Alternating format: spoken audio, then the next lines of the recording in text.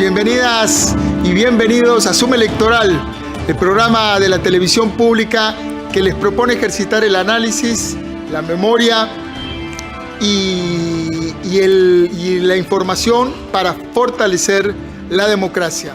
Todos los miércoles a las 8 de la noche desde la señal de Canal 13 y por las redes sociales de Costa Rica Noticias, les hacemos esta invitación a pensar, a debatir y a reflexionar sobre todas las opciones que tenemos en esta campaña electoral. Voy a saludar a mis colegas y compañeros en esta aventura periodística. Las buenas noches y la más cordial bienvenida para Vilma Ibarra, directora de Hablando Claro. Buenas noches, Vilma.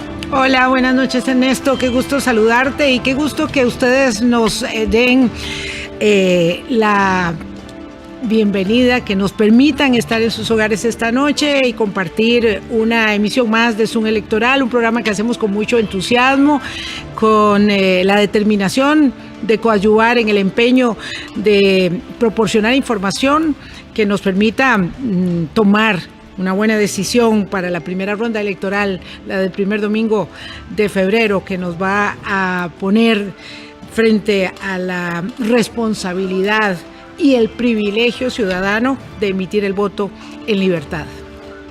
Y también un saludo de bienvenida para Álvaro Murillo, periodista del semanario Universidad, corresponsal del diario español El País y un connotado cronista alajuelense. Buenas noches, Álvaro. Buenas noches, Ernesto, y buenas noches a todos los que nos siguen en sus casas, especialmente a la provincia de Alajuela. Espero representarlos en su forma de hablar, tratar de hablar de política de una manera aterrizada, responsable, sí, precisa en lo más posible, pero de una manera que resulte entendible, que resulte además empática con las preocupaciones, con los intereses y con las angustias políticas que en general vive la población en el arranque de esta campaña. Les agradecemos en nuestro segundo Zoom, nuestro segundo programa, y que ojalá que nos sigan acompañando. Bueno, pero para este segundo programa preparamos un menú picante, cargado de información, datos, entrevistas. En unos minutos vamos a tener el análisis con Gustavo Araya, que está en maquillaje, que ya en unos minutitos se nos une con un tema que se las trae, vacunación y política.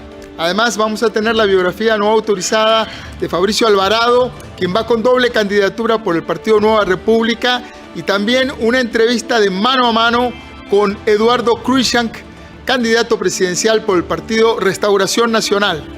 Mucho para pensar, mucho para analizar. Por eso, sin más demoras, vamos a la primera sección del programa. Adelante.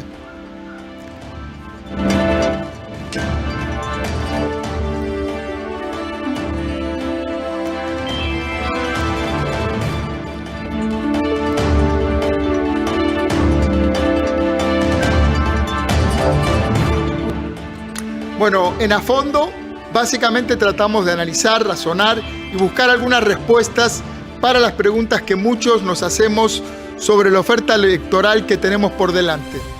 El panorama de hoy es que hay 27 partidos políticos que presentaron candidaturas a presidente, y durante estos días, desde los medios y en las redes, se ha repetido hasta el cansancio que es la papeleta electoral más grande de la historia. Es cierto, pero en Zoom queremos ir un poquito más allá de la mera cifra y le proponemos pensar un poco qué significado o implicaciones tiene esta cantidad de opciones. ¿Es bueno? ¿Es malo que tengamos tantas candidaturas? ¿Sería mejor volver al bipartidismo o tener una sola opción como en Nicaragua? ¿Cuántos de estos 27 partidos políticos son solo un vehículo electoral personal para alcanzar una curul o pellizcar deuda política? Vilma. Lo único que es absolutamente inadmisible es tener una sola candidatura. Es decir, eso no es democracia. En la regla del juego electoral, en el pivote fundamental del juego democrático, la posibilidad de apertura de candidaturas, aunque nos quejemos de que sean muchas, yo la verdad no me quejo. Lo que sí no se puede admitir bajo ninguna circunstancia es que la expresión política de los ciudadanos para ser elegidos para someterse al escrutinio sea conculcada como ha pasado en Nicaragua. Y eso de punto de partida hay que dejarlo muy claramente establecido. Estamos pasando desde, lo decíamos la semana pasada, desde hace un par de décadas, 25 años ya, prácticamente un proceso de transición en el sistema político. Y eso que no termina de morir y no acaba de nacer, ¿verdad? Eso que es una muy vieja sentencia de la filosofía política. Lo cierto es que nos ha llevado a la deriva de esta cantidad enorme de candidatos y candidaturas. Algunos de esos partidos, como bien decís, Ernesto, son taxis, ¿verdad? Son vehículos de conducción, y otros son, bueno, algunos tienen más vida orgánica, aunque nuestros partidos políticos en general estén venidos a menos, pero evidentemente hay unos que corren más en la, digamos, rigurosidad de agrupaciones políticas con vida propia y permanente. Otros se han articulado para esta campaña electoral, y así sucede con cada proceso. De modo que lo difícil, como decíamos desde la vez pasada, será decidir entre tantas opciones para tomar decisiones respecto de quiénes irán a la segunda ronda electoral. Pero metámosle el bisturí, que a eso vinimos. En estos 27 partidos uno podría diferenciar algunos grupos. Hay un primer grupo de partidos que tiene que ver con los partidos tradicionales que ya han participado muchas veces en la política, el PLN, el PUSC, el PAC, el Frente Amplio también, digamos, tienen una trayectoria, son conocidos, incluso sus figuras tienen una trayectoria en la política nacional. Luego hay un segundo pelotón de partidos que se han conformado a partir de la división de los partidos anteriores, de figuras que se han ido desgranando y han armado su propia tienda política o se han sumado a otras tiendas políticas. Pero también es gente que tiene una trayectoria política. Y por último, hay un numeroso grupo, y ahí entra lo que de partidos recién nacidos, que es lo que empezamos a definir como la política Uber, de vehículos electorales para ir de un punto A a un punto B. Uh-huh. Una curul, una presidencia. Claro, pero como el abanico es tan grande, ahí te vas a encontrar otro tipo de opciones electorales. Por ejemplo, un movimiento libertario, que es una, digamos, divisa ya establecida, usada, ¿verdad? Que no es nueva, pero que ahora está en posesión de otros actores. Entonces, los anteriores dueños del movimiento libertario van en una nueva casa. El Partido de Accesibilidad sin Exclusión, ¿verdad? Que es el PACE, que también vuelve a jugar, pero que había salido de la lista en la campaña anterior, no logró ningún resultado. Entonces, claro, hay una conformación tan variopinta y es tan complejo para las personas ligar las caras. Vean lo que vamos a tener hoy, esta noche, en Zoom electoral. A don Eduardo Cruzan, candidato presidencial de Restauración Nacional, y por otro lado a Fabricio Alvarado, que es el aspirante de Nueva República, que fue candidato presidencial de Restauración. Eso habla de la transformación, de la evolución, ¿verdad?, del sistema político electoral costarricense. Y hay mucho que ver en ese camino. Te propongo que vayamos a ver una nota que preparamos sobre este tema. Vamos a verla.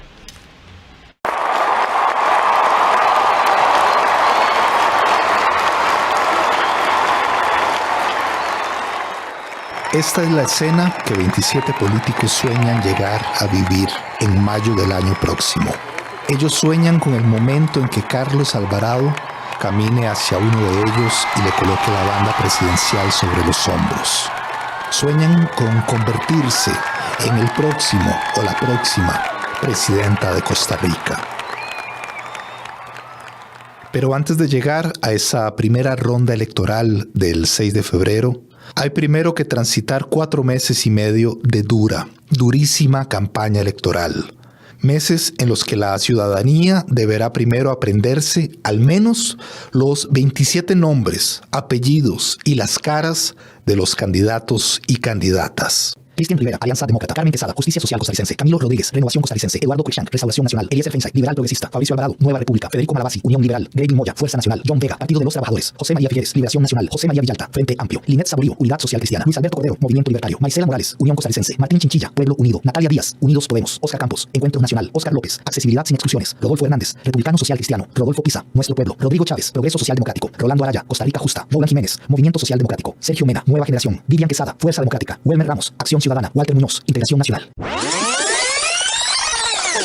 Sí, en parte esto es lo que nos pasa a todos al pensar en esta cantidad de opciones electorales. Y eso que por razones de salud mental le dejamos para otra entrega las caras y nombres de los aspirantes al Congreso. Muchas personas comentan en la calle y en redes sociales que lo abultado de esta oferta electoral es sinónimo de una degradación del sistema político nacional y esgrimen el argumento de que hoy cualquiera es candidato a la presidencia. Pero ¿no era esa la esencia de la democracia?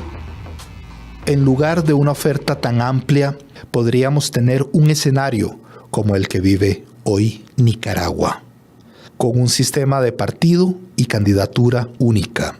O regresar a un sistema con dos partidos fuertes que se alternaban en el gobierno, como tuvimos hasta el 2014. Ambos escenarios parecen muy poco probables de acuerdo al momento político que vive hoy Costa Rica.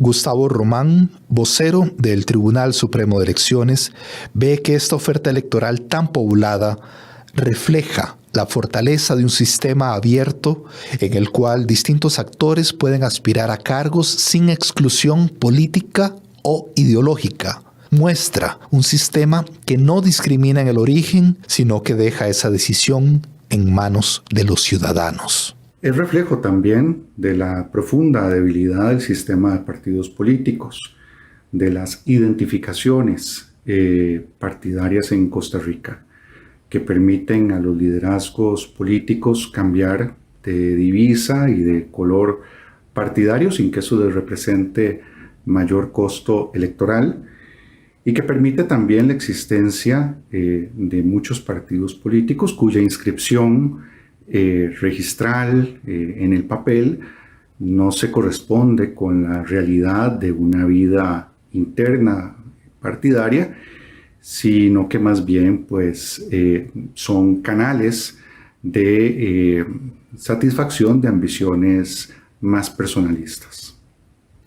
Pero ¿cuántos de estos partidos políticos son reales? ¿Y cuántos son parte de una política estilo Uber?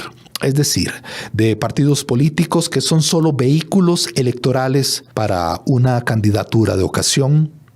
Según un informe del Centro de Investigación y Estudios Políticos de la UCR-CIEP, de los 31 partidos políticos habilitados legalmente para presentar candidaturas presidenciales, 18 de ellos debutaron en la elección del 2018 o se presentarán por primera vez en los próximos comicios del 2022. Sobre este tema, la doctora en procesos políticos contemporáneos Ilka Treminio comentó que en Costa Rica las reglas para la inscripción de partidos políticos son relativamente laxas. En la actualidad parecería que la norma permite la inscripción de muchísimas candidaturas y es un momento propicio para pensar en la posibilidad de hacer una reforma legal. Siempre es importante decir que esta es una tarea, por supuesto, de la Asamblea Legislativa. Si bien no es un fenómeno nuevo, porque ya hemos visto en el pasado que figuras representativas de partidos tradicionales se mueven y fundan otros vehículos electorales para concursar, porque hay momentos, digamos, de fractura o de diferencias a lo interno de los partidos, es verdad que eso también es una señal de que los partidos no están permitiendo canalizar la madurez de ese descontento y esas divisiones.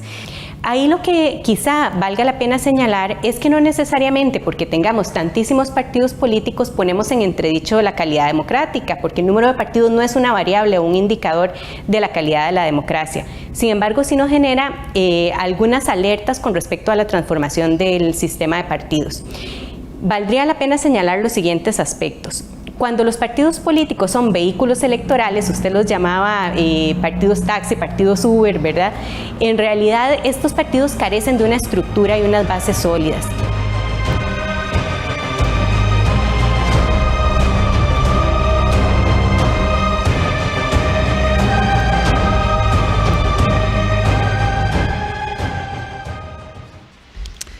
Bueno, tal vez se tenga que aprender nada más el nombre del candidato por el que decide votar y no el resto de los 26. Yo, en lugar de degradación, prefiero hablar de transformación, de transición del sistema político y de transformación de ese sistema hacia dónde, pues eso es lo que está por verse, ¿verdad? Porque todavía no podemos advertir cuál es la deriva.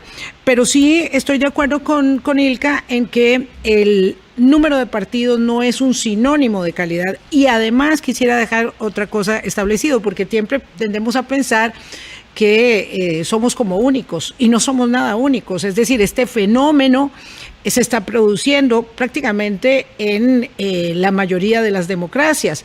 Algunas, como la de estadounidense, está anclada en su bipartidismo, pero la mayoría han sufrido enormes fragmentaciones, y creo que en América Latina sí que definitivamente, si no hablamos de los regímenes totalitarios, estamos hablando de una oferta electoral inmensa que hace que haya mucho atractivo, porque cualquiera en efecto puede llegar a la segunda ronda, que es lo que ha pasado recientísimamente en Perú, por ejemplo.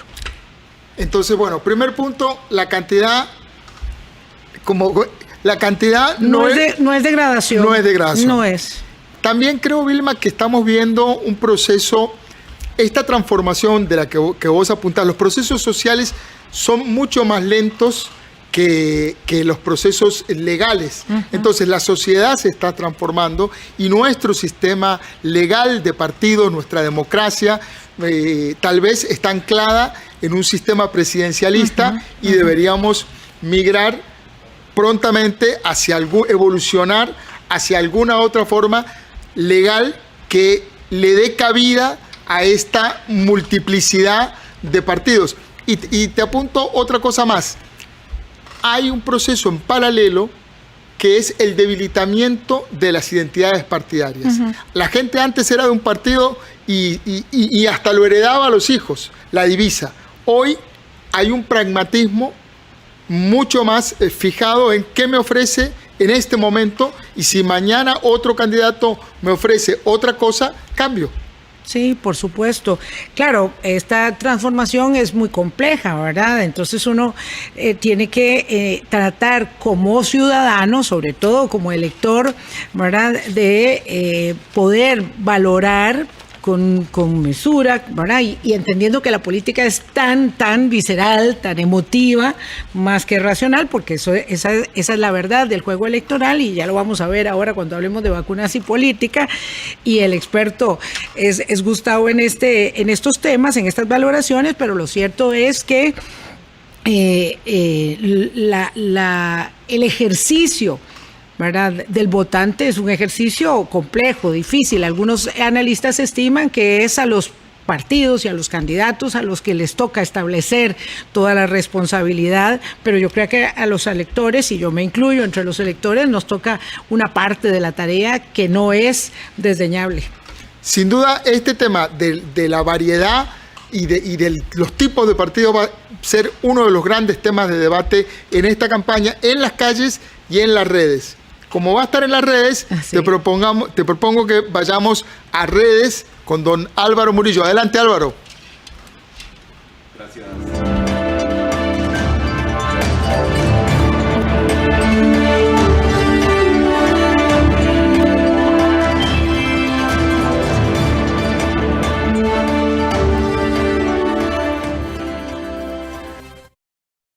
Ernesto y Vilma, veamos las redes sociales. Estos son 3 elementos escogidos ciertamente al azar de muchísimo contenido que circuló en la última semana y con temas que no necesariamente tienen que ver específicamente con lo electoral, sino que cruzan y que son circunstancias en las que se desarrolla la circunstancia electoral, el proceso electoral.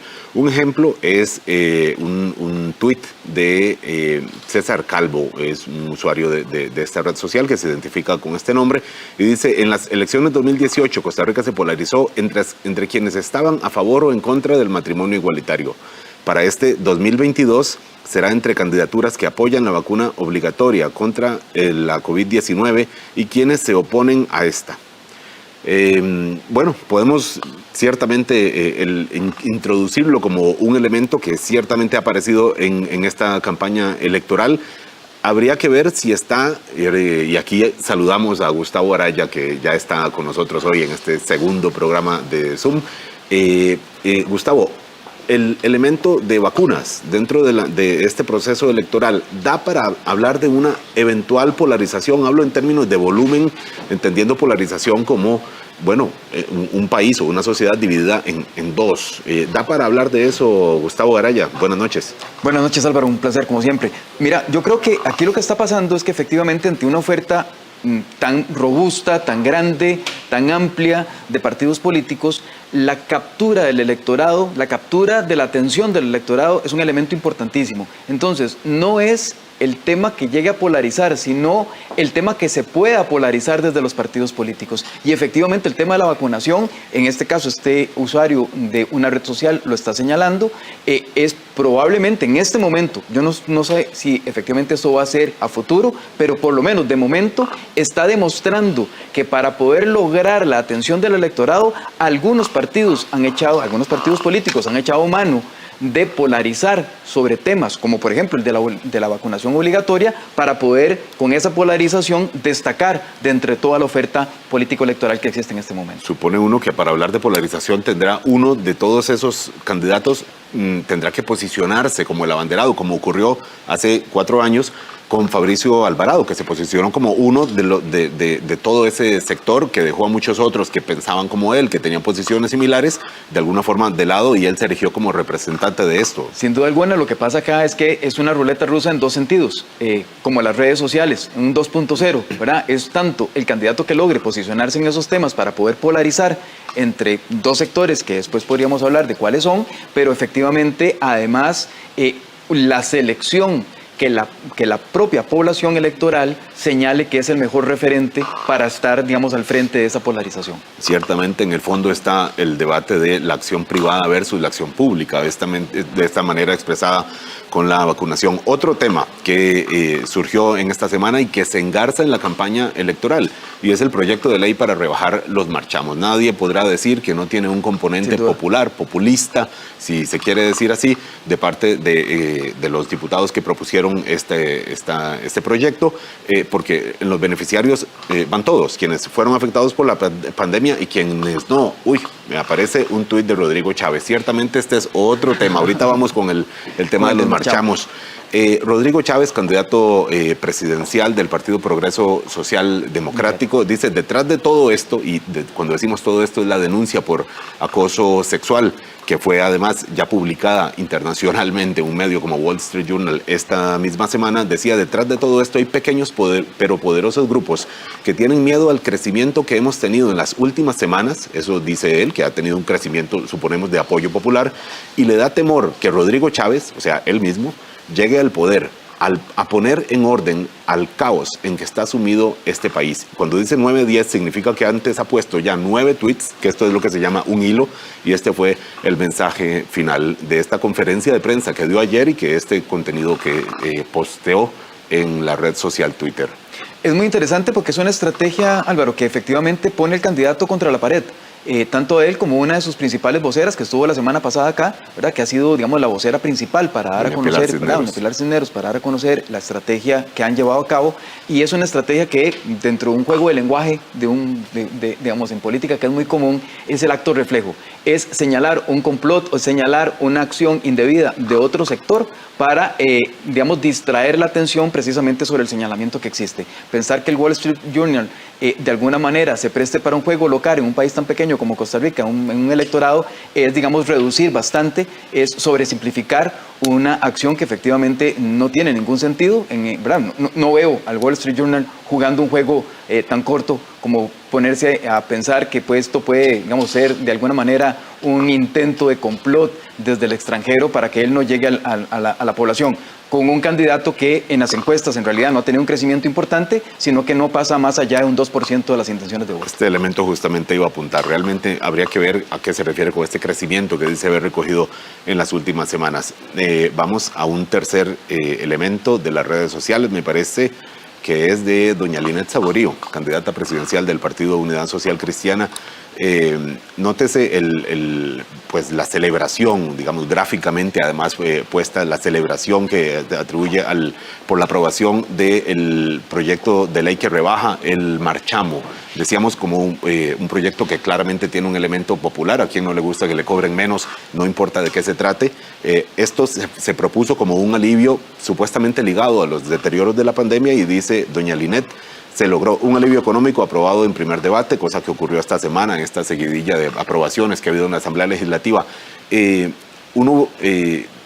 Gustavo, una candidata presidencial de un partido pues que se supone tradicional, digamos, del establecimiento, hacer es de esperar una acción así de oportuna dentro de este ámbito de la campaña electoral con lo que está ocurriendo en la Asamblea Legislativa también. Cualquier elemento en este momento es para destacarlo por parte de esas 27 fuerzas electorales que están compitiendo, por lo menos de momento, por la presidencia de la República. Entonces me parece que sí, de nuevo, para ganar notoriedad, le aparecen muchas paternidades a este proyecto, ¿verdad? Que efectivamente en la Asamblea Legislativa tuvo el apoyo no solamente de la fracción del Partido Unidad Social Cristiana, sino que de otras fracciones también representadas ahí, y entonces lo que se ve es el deseo por el usufructo, digamos, de la posibilidad de ganar votos electorales, precisamente a partir de un elemento populista como este, en donde efectivamente tienen que destacar todos, y todos han buscado de alguna manera destacar con este elemento.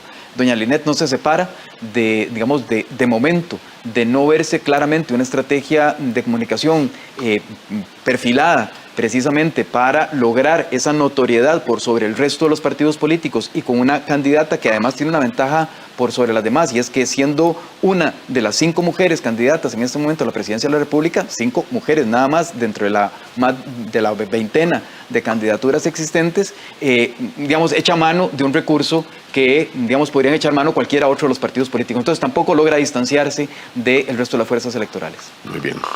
Gustavo, vamos a un último elemento de las redes sociales, también de un partido político. Esto en la red social Instagram, el Partido Frente Amplio celebra sus 17 años. 17 años, hay que recordar, fundado por José Merino del Río, exdiputado, quien por cierto acaba de cumplirse, me parece, 9 años de su muerte, y un partido, y lo escogí, lo mencionamos aquí porque realmente parece que entra con un brío diferente a esta campaña, y habría que revisar qué posibilidades tiene en relación con algo que mencionábamos hace una semana en un comentario de redes sociales también, la aparente crisis del PAC y cómo este partido probablemente quiere ir por ese mercado de una ciudadanía más progresista, más cercana a la izquierda, que está probablemente huérfana en algún sector, y este Frente Amplio pues quiere probablemente llevársela para su casa. Sí, hay 2 elementos muy importantes, Álvaro, en esto que apuntas, que me parece que es importante tener en consideración. El primero de ellos es que la oferta electoral en este momento tiene una carga importante hacia los sectores que uno podría llamar conservadores liberales. Ahí es donde más partidos políticos están por disputarse, digamos, el electorado nacional, mientras que en el sector más progresista del lado estatista hay una menor cantidad de partidos políticos relativamente, mientras en el primero existen aproximadamente unas 21 fuerzas electorales. En el caso del progresismo solamente hay 6 fuerzas disputándolo. Entonces, ante un segundo elemento, que es no solamente que están menos partidos en ese sector que podrían disputar un electorado, digamos, que si se divide, se dividiría entre menos fuerzas y por lo tanto obtener un mayor porcentaje electoral, sino que están buscando precisamente algo que señalabas, y es que el PAC está dividido. Don Welmer Ramos no representa precisamente ese estatismo progresista que sí estuvo representado durante estos 8 años relativamente, sino que se vuelve mucho más conservador, y eso hace que haya una parte del PAC, digamos, por decirlo de alguna manera, que está en disputa. Entonces, el Frente Amplio tiene ahí un sector de crecimiento importante que podría ponerlo perfectamente a valor de hoy con las encuestas electorales tal como están, en la disputa de una posición importante en la primera ronda. Un partido que además ha tenido comportamientos disímiles en las distintas campañas. Fue muy protagonista en 2014 y le fue pues bastante mal en el 2018, hay que decirlo, con solo un diputado que, por cierto, obviamente es ahora el candidato presidencial José María Villalta. Vamos a un corte, fin de esta sección de redes sociales. Ya volvemos a Zoom Electoral.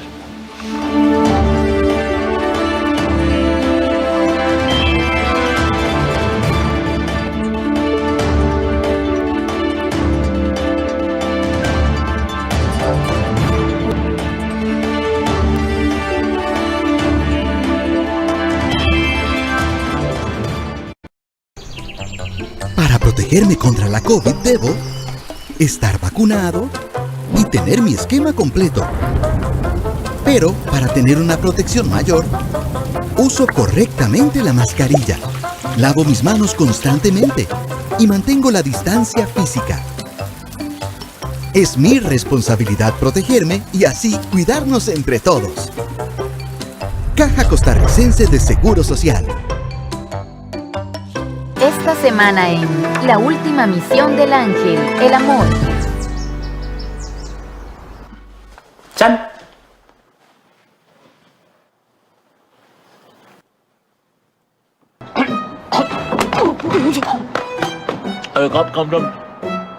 괜찮아?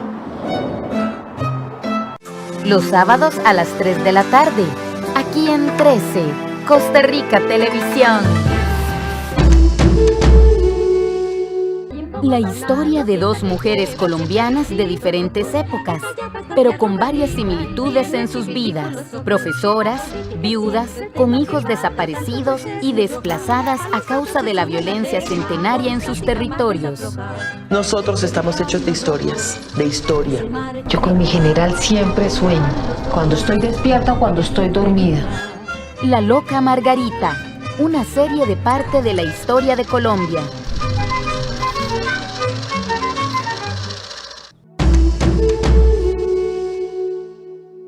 Caminamos por un mundo lleno de imágenes, de productos que a cada paso van creando en nosotros una necesidad. Hacer que nos detengamos en uno de estos productos y lo escojamos por sobre los otros es justamente de lo que se trata la fotografía de producto o publicitaria. Detrás del fotógrafo, los viernes a las 8:30 de la noche, con repetición los sábados a las 8 de la noche.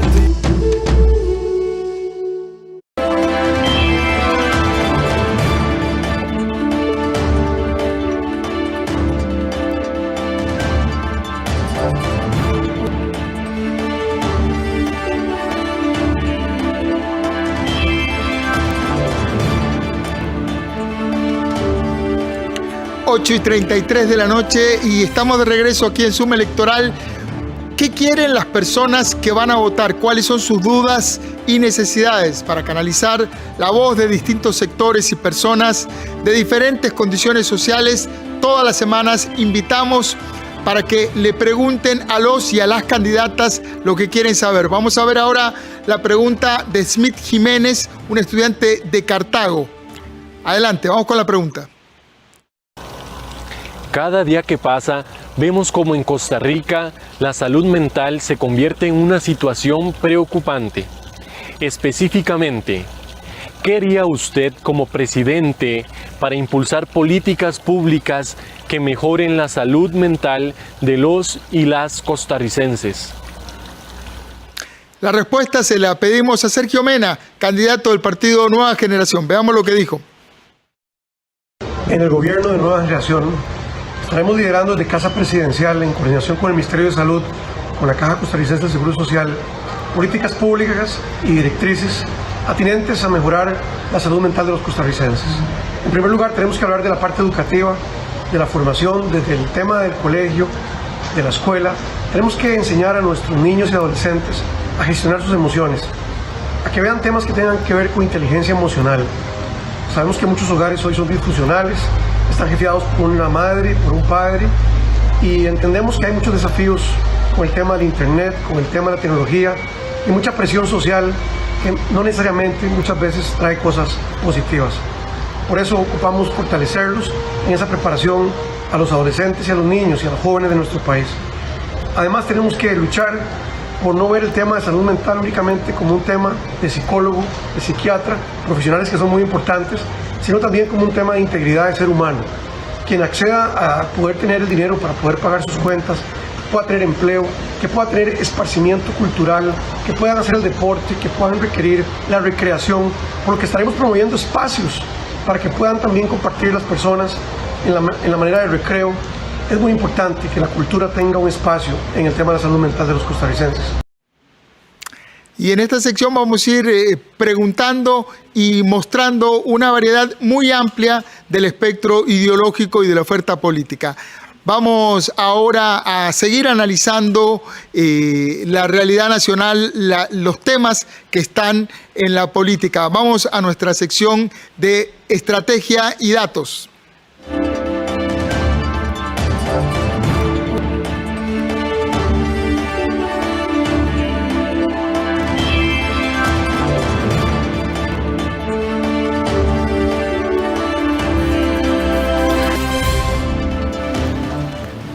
Incuestionable es que el tema de la vacunación es hoy un tema de la campaña electoral, de esta fase, al menos de la campaña electoral, porque una campaña a 4 meses plazo es un largo proceso por venir. Don Gustavo Araya, ¿qué nos ofrece esta semana en Análisis y Datos respecto de vacunas y campaña? Importantísimo. Hay un estudio que acaba de salir a la opinión pública, el estudio de la empresa Enfoques, que me parece que tiene unos datos importantísimos respecto precisamente del tema de vacunación. Si quiere, vamos al primer gráfico. En el primer gráfico podemos observar que el tema de la vacunación efectivamente es un tema importante para la ciudadanía costarricense. Ya lo tenemos. Tenemos que entre todos los temas que están referidos al tema del COVID-19, la población, cuando se le pregunta cuál es la noticia que más le llamó la atención en los últimos días, señaló cada uno de estos elementos por separado, ¿verdad? 44% lo mencionó como pandemia, 34% como COVID-19, un 9% como la vacunación solamente y un 1% se refirió a la restricción vehicular. Si los vemos todos los temas en conjunto, prácticamente tenemos más de un 80-90% de la población, 88% de la población, 9 de cada 10 personas en Costa Rica que señalan que algún aspecto relacionado con el tratamiento del COVID-19 tiene relevancia dentro de las noticias más importantes a las cuales les prestó atención. Evidentemente, algo que veíamos en redes sociales, la vacunación fue un tema. Entonces, que mueve opiniones hacia un lado o hacia otro, efectivamente el tema de la vacunación está ahí, está presente y probablemente yo diría que en el arranque de la campaña, pero también nos va a durar un poquito, porque ya con las promesas de gobierno de que por lo menos alcancemos un 80% de la vacunación antes de fin de año, esa va a ser una meta que todos los partidos políticos van a tener en la mira. Sí, de la vacunación doble dosis, porque ya tenemos 80% con la primera dosis. Ahora, lo cierto, Gustavo, es que los estrategas de campaña van a tener que poner mucho cuidado en un gráfico como este, porque quienes están hoy montados en el tema de la vacunación y sobre todo en contra de la vacunación obligatoria, que son varios, y los que siguen hablando en contra de la restricción vehicular podrán darse cuenta que ese no es el tema fundamental, porque cuando hablas de pandemia y de COVID, referís, ¿verdad?, instalado en la vida cotidiana del costarricense la preocupación por superar este estadio, digamos, y avanzar, ojalá con rapidez, en este proceso, digamos, de transición en el que nos encontramos. Demuestra una relativa desesperación desde los equipos de campañas y estrategas al no encontrar un tema que permita mostrarles precisamente como una diferencia entre toda la oferta electoral, y entonces están esperando espacios comunes como el tema de vacunación, como el tema de COVID-19, que efectivamente son temas relevantes para la ciudadanía para poder destacar. Claro, eso es un tema muy importante. Pero son salidas fáciles y entonces se pueden agotar si el enfoque de la estrategia no es el adecuado. Entonces, claro, yo puedo usar el marchamo en un momento, puedo usar la vacunación o la restricción, pero tengo que tener mucho cuidado como estratega de campaña respecto de en qué línea tiro el mensaje, cuánto tiempo y cómo lo articulo, porque si eso es para tratar, digamos, de demeritar a la autoridad sanitaria, se vuelve en contra. es que esa fue la salida en falso que tuvo la defensora de los habitantes al darle cabida precisamente al grupo antivacunas, que lo que generó precisamente es el grupo de los anti-todo, ¿verdad? Es el grupo de los antivacunas, del antimascarillas, del antigobierno, del anti-status quo. Entonces, de alguna manera, tratan de ligar toda esa inconformidad que existe a nivel social de todos los antis para lograr capitalizar, digamos, en beneficio propio. A la defensora no le salió, no le resultó un buen movimiento, le dio espacio a un grupo que no debió haberle dado espacio, digamos, no en el sentido de no atenderlo, sino de no darles tanta exposición y mucho menos de comprometerse a llevarlos, digamos, a casa presidencial o ante el ministro de Salud. Sí, hay que tener una medida precisa respecto de cuál es el énfasis que la campaña va dando, y a falta de temas y a falta de propuestas, sobre todo, este puede ser un terreno minado para cualquier candidato o cualquier grupo político. Ya ahora vamos viendo y se va desgranando, en efecto, cuáles son esos trastabilleos que se van a ir dando, y vamos a tener mucho de eso a lo largo de estos meses de Zoom electoral. Vamos a una pausa, regresamos.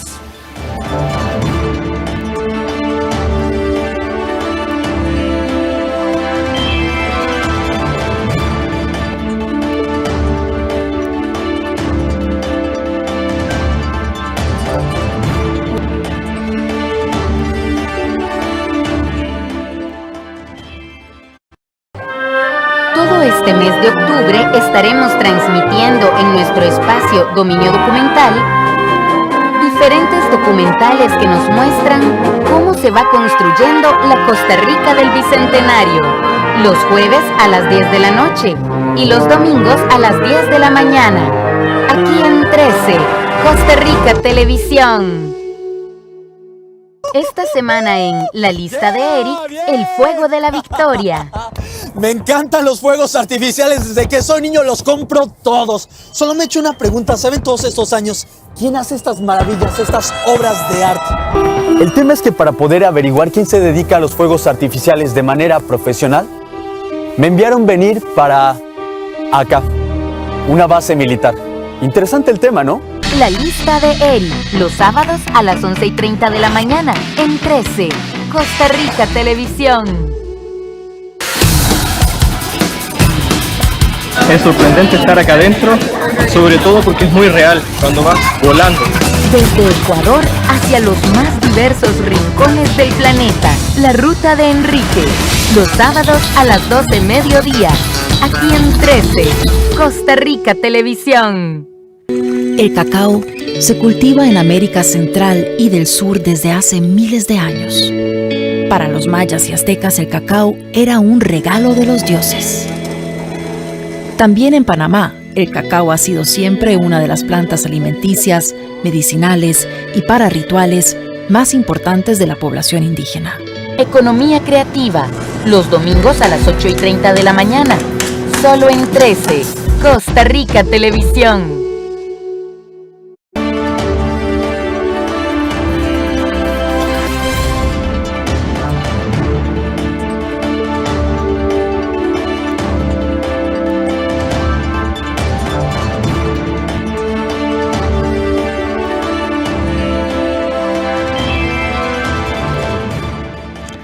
Gracias por continuar con nosotros. Esta es la segunda emisión de Zoom Electoral, que estará con ustedes todos los miércoles de 8 a 10 de la noche.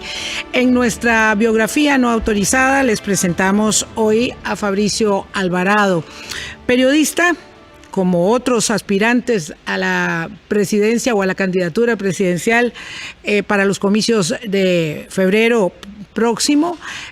Fabricio Alvarado cambia de divisa, cambia de casa y se presenta con Nueva República a la consideración del electorado.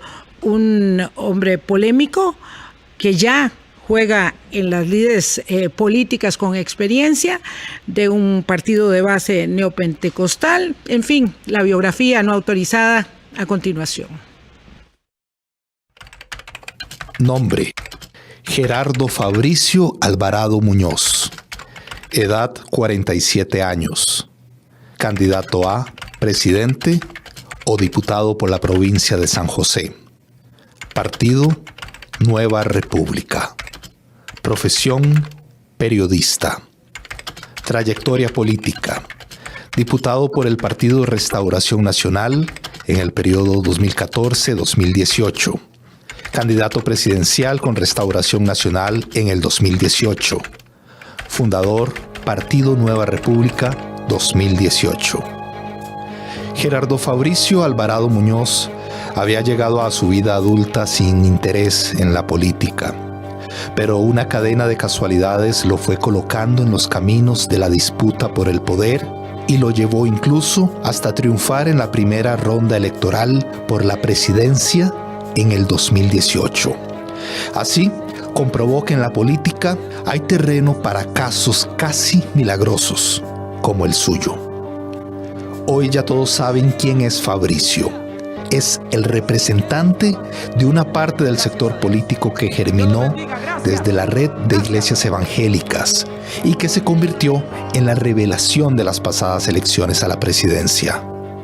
Fabricio Alvarado es quien en las pasadas elecciones logró imponerse en la primera ronda electoral y ganó 37 de los 81 cantones, arrebatándole 26 municipios al Partido Liberación Nacional, 9 al Partido Acción Ciudadana y 2 al Frente Amplio, para luego perder en una segunda ronda en la que obtuvo nada menos que el 39% de los sufragios.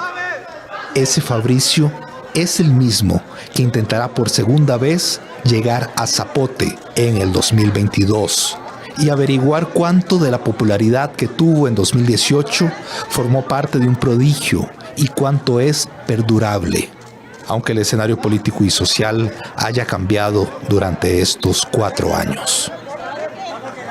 Alvarado es de origen popular. Creció en Desamparados. No viene de una familia de pastores ni de empresarios. Tiene 47 años y durante mucho tiempo su hoja de vida se nutrió solo de su trabajo como periodista de crímenes y emergencia, de los servicios de comunicación que le contrataban las iglesias evangélicas y de su rol como predicador y cantante.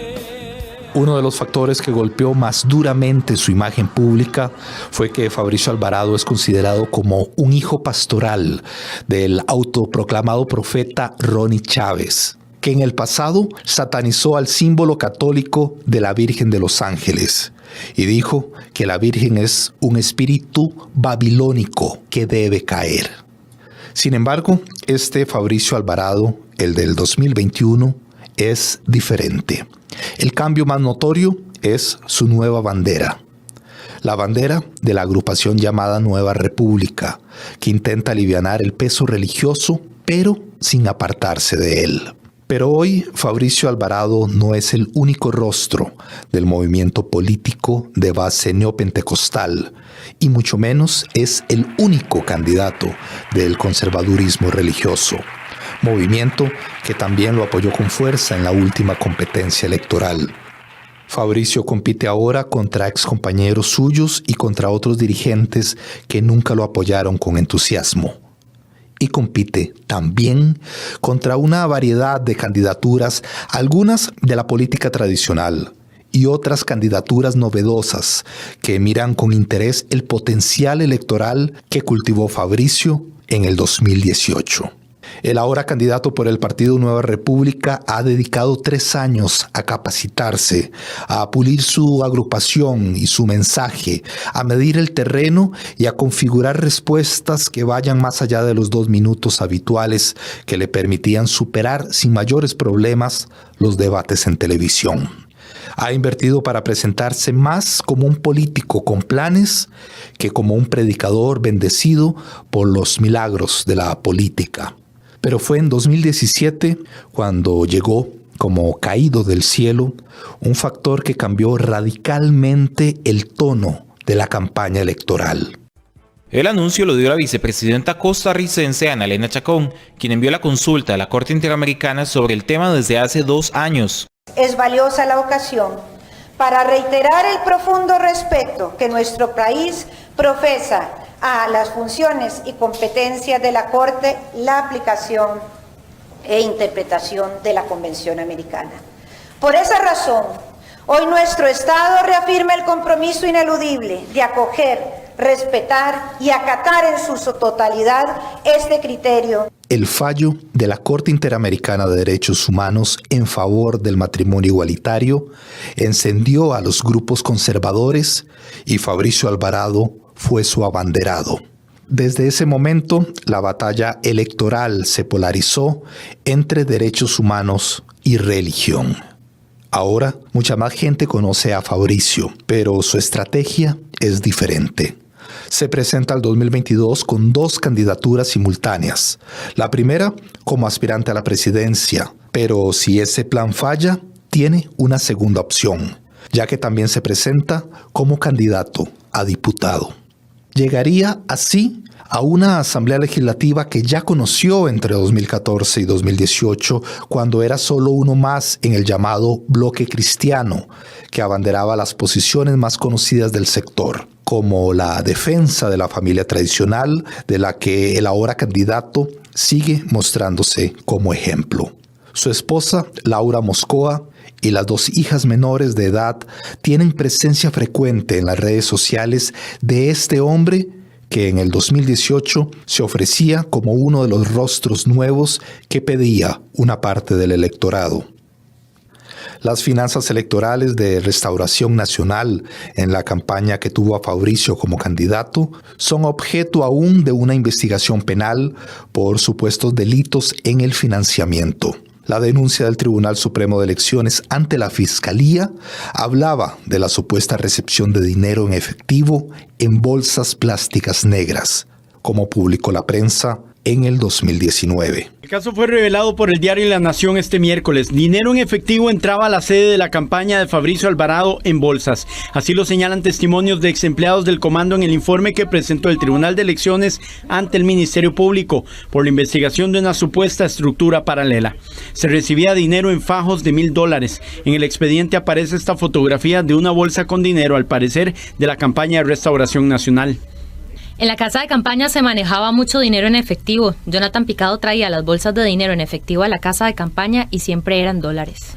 Así lo afirmó una ex colaboradora apellido Fernández en el informe. La versión coincide con la de Luis Alonso Naranjo, primo de Alvarado y productor audiovisual. Algunos días me tocaba llegar a la casa de campaña para ver algunos temas y me sentaba en la sala principal de reuniones y observaba a Jonathan Picado contando dinero en efectivo y yo procedía, en son de broma, a hacer comentarios tipo vos invitás al almuerzo. El informe señala que el movimiento de dinero lo hacían la jefatura de campaña y Jonathan Picado, cercano colaborador de Alvarado, quien lo niega todo.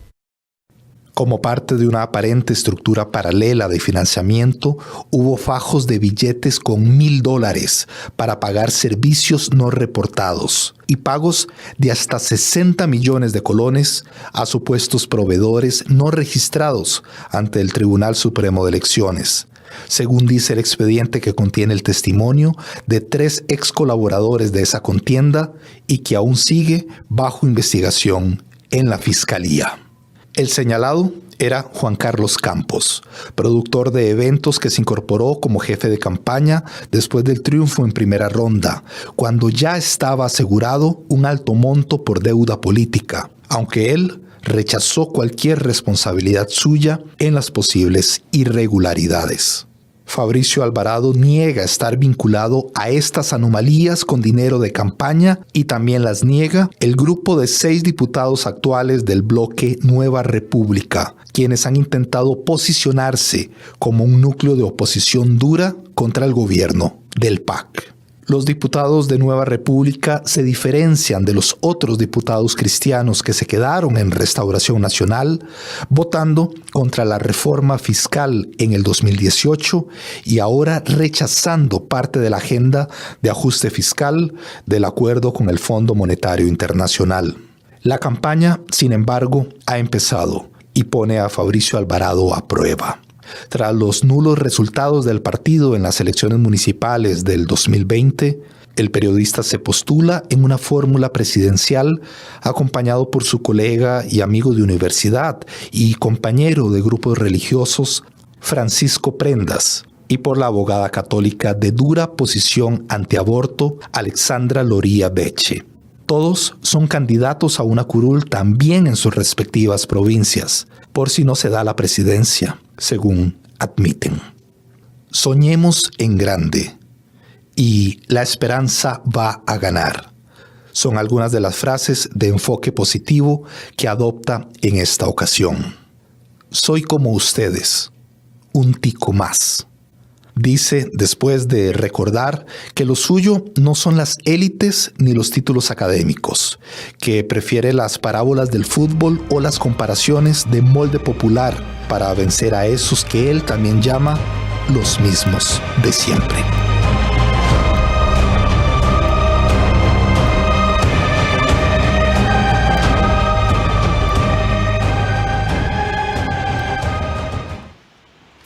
Y después de ver esta biografía no autorizada, nos vamos a otro segmento, ahora al análisis con Gustavo Araya y Vilma Ibarra. Adelante, colegas.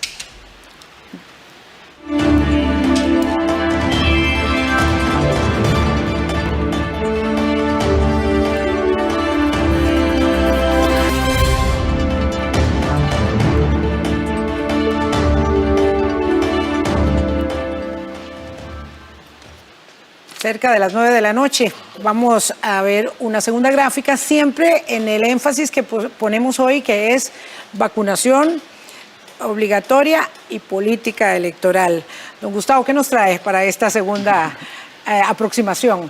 Un tema que me parece que es importantísimo, Vilma, algo que estabas mencionando anteriormente, y es que los estrategas de campaña o las personas que están en estrategia de campaña andan buscando precisamente cuáles son los temas que les permitan destacar. Ya nos dimos cuenta que la vacunación es un tema importante, la población lo tiene así, no necesariamente el tema desde la perspectiva negativa. Claro. Cuando vemos ante la pregunta de si apoya o no apoya la vacunación obligatoria, un 74% de la población, 7 de cada 10 personas, dicen estar a favor de ella. Solamente una cuarta parte dice que estar en contra. Entonces, ante un tema que efectivamente puede polarizar, un tema que es efectivamente, digamos, que gana notoriedad ante la población, lo que sí nos damos cuenta es que están buscando nichos que efectivamente de inconformidad puedan darle esa salida. Porque ¿por qué no apostar por los elementos de carácter positivo? Porque estar desde el punto de vista favorable o positivo a la vacunación representarían de alguna manera ser favorables a las políticas de gobierno.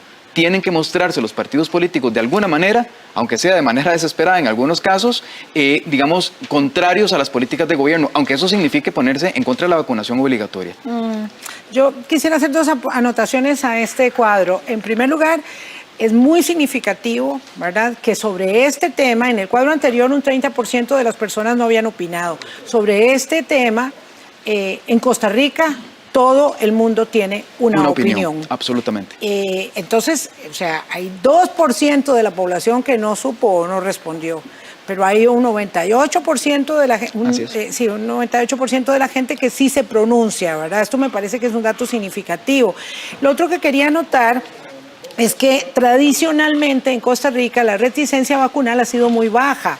En el primer estudio que se dio a conocer por el Centro Interamericano, el Centro Interamericano para la Salud Global, del que forma parte connotadísimos galenos en Costa Rica, entre ellos la exministra de Salud, María Luisa Ávila, la reticencia vacunal era de un 14%, es decir, quienes no estaban dispuestos a vacunarse. Está corriendo en estos días un estudio, me dice la doctora Ávila que estará listo en cualquier momento en los próximos días, con una muestra de 7,000 encuestados que corrió en estos días en redes sociales, en grupos de WhatsApp. Yo llené esa encuesta y por eso me enteré que estaba corriendo, y ahí vamos a tener un número todavía más preciso de este momento en que ya, digamos, la vacunación obligatoria es un hecho. Empiezan no solamente las entidades públicas en la ejecución de esa vacunación, sino también tenemos noticia de muchas empresas privadas, transnacionales y también empresas locales que empiezan a establecer el requisito de la vacunación obligatoria. De modo que entonces vamos a acercarnos con más precisión a este dato. Sí, y aquí entonces lo que llama la atención es que en Costa Rica una cultura de vacunación importante, que está incluso implícita dentro del modelo educativo, ¿verdad? No se pueden llevar a los niños y a las niñas a la escuela si no muestran una vacunación completa, por lo menos del cuadro de vacunación completa que se tiene como obligatorio. ¿Y por qué entonces en estrategias de campaña andan buscando, y esa es la parte que me llama la atención, por qué encontrarse siempre en la posición que permita polarizar, que permita mostrarse como reticente, como en contra del status quo? Y la respuesta es, digamos, relativamente sencilla. ¿Cómo canalizar el descontento social? ¿Cómo capitalizarlo a pesar de oponerse a una política que ya de todas maneras está inscrita en el ADN costarricense? Y para eso, digamos, echan mano precisamente de elementos como la vacunación contra el COVID-19. En esto vamos a tener probablemente un par de semanas más. Ya hay diputados y diputadas que se han manifestado en contra de la vacunación, ya hay, la defensora de los habitantes le dio espacio a un grupo antivacunas y esto, digamos, va a dar para rato. De nuevo, mi hipótesis es, desde el punto de vista político, que este tema va a tratar de llevarse lo más posible hasta lograr el 80% de la población con doble vacunación, ¿verdad? Para sacar el máximo rédito posible de una eventual notoriedad o una eventual alza de atención de la población hacia tantos partidos políticos que efectivamente hoy están desde el punto de vista y se ven a sí mismos desde la oposición. Vamos a ver qué pasa. Sí, yo tengo mis dudas respecto de cuánto, digamos, combustible permite esto. En todo caso, ¿verdad?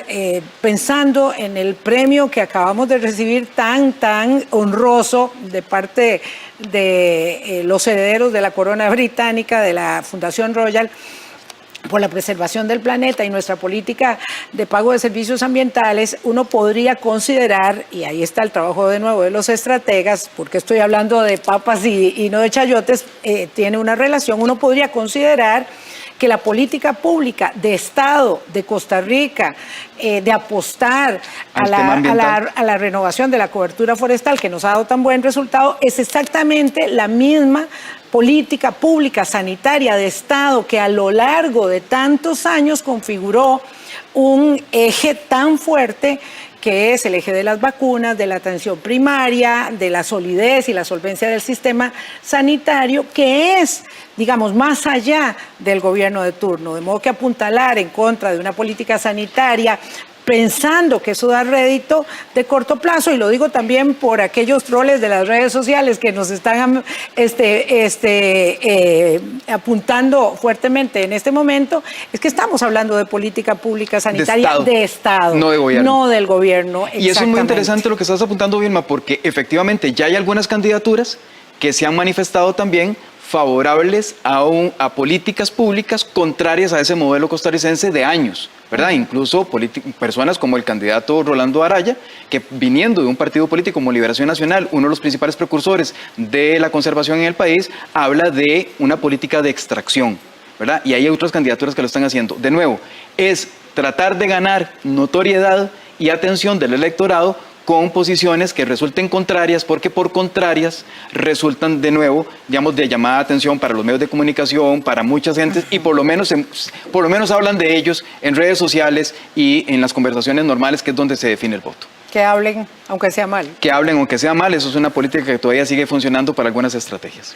Vamos a una pausa después de este segmento.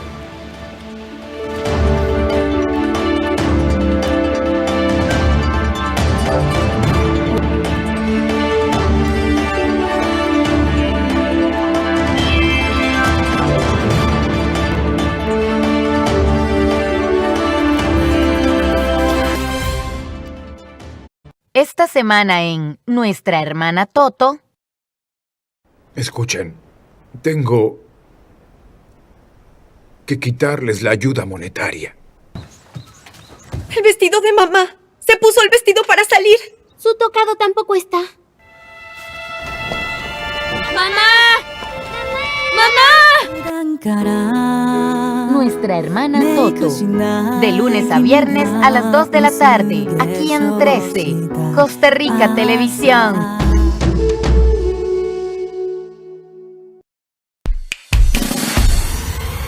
En nuestro espacio de teatro al mediodía presentamos Brío String Quartet, Vinicio Mesa, López Escarré.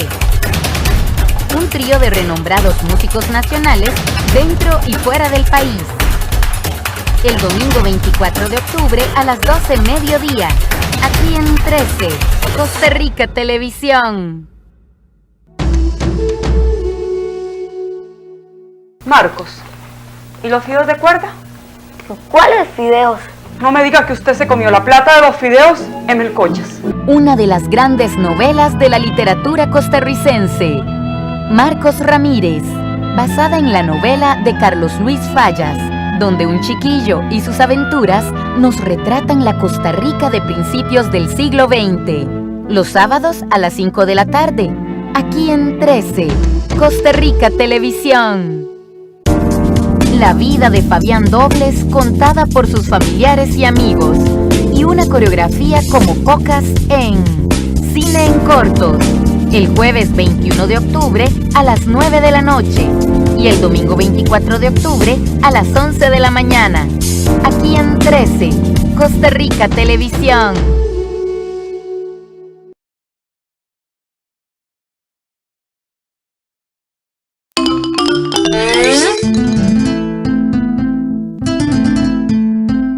Pero esto no está bien dicho. Esto está...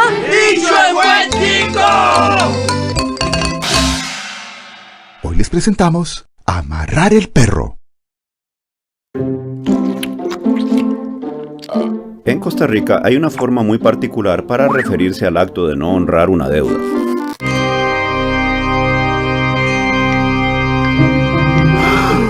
Cuando alguien no paga lo debido, decimos que le amarró el perro a su acreedor. Se supone que la expresión proviene de la época cuando predominaban las ventas así llamadas tipo polaco, en las que un vendedor ambulante ofrecía productos por cuotas, que recogía mes a mes. Cuando el deudor se quedaba sin plata, se supone que amarraba un perro bravo en la entrada de su casa para que el vendedor no pudiera llegar a cobrar.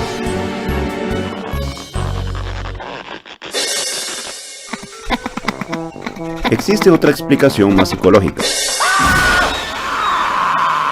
El perro amarrado se referiría más bien al acreedor, y así el deudor, al saber que el acreedor lo buscaba, se habría sentido tan nervioso como si hubiera un perro bravo suelto.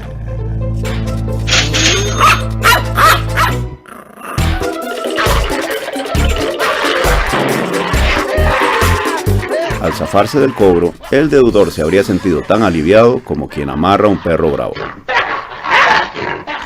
Y ya sea que el perro amarrado fuera real o simbólico, le recomendamos que la próxima vez que amarre el perro, asegúrese que no se lo hayan desamarrado antes a usted.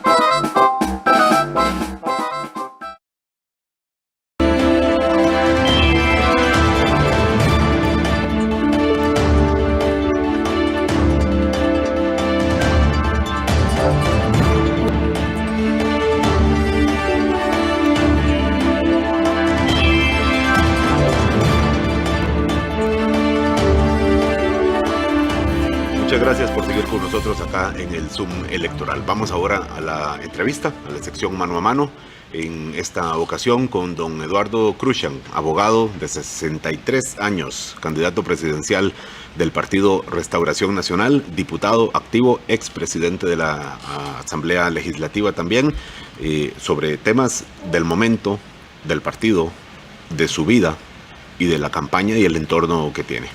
Buenas noches, don Eduardo. Muchísimas gracias por estar con nosotros hoy acá. Muy buenas noches, Álvaro. Aquí estamos para servirle. Un saludo a Ernesto y un saludo a Gustavo. Y aquí estamos a la orden. Muchísimas gracias, don Eduardo Cruxan.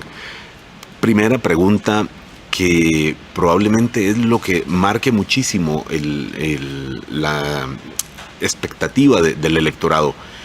¿Cómo convence usted de que usted es un candidato presidencial de verdad y no de relleno, como efectivamente podemos estar seguros que hay algunos que simulan la candidatura presidencial?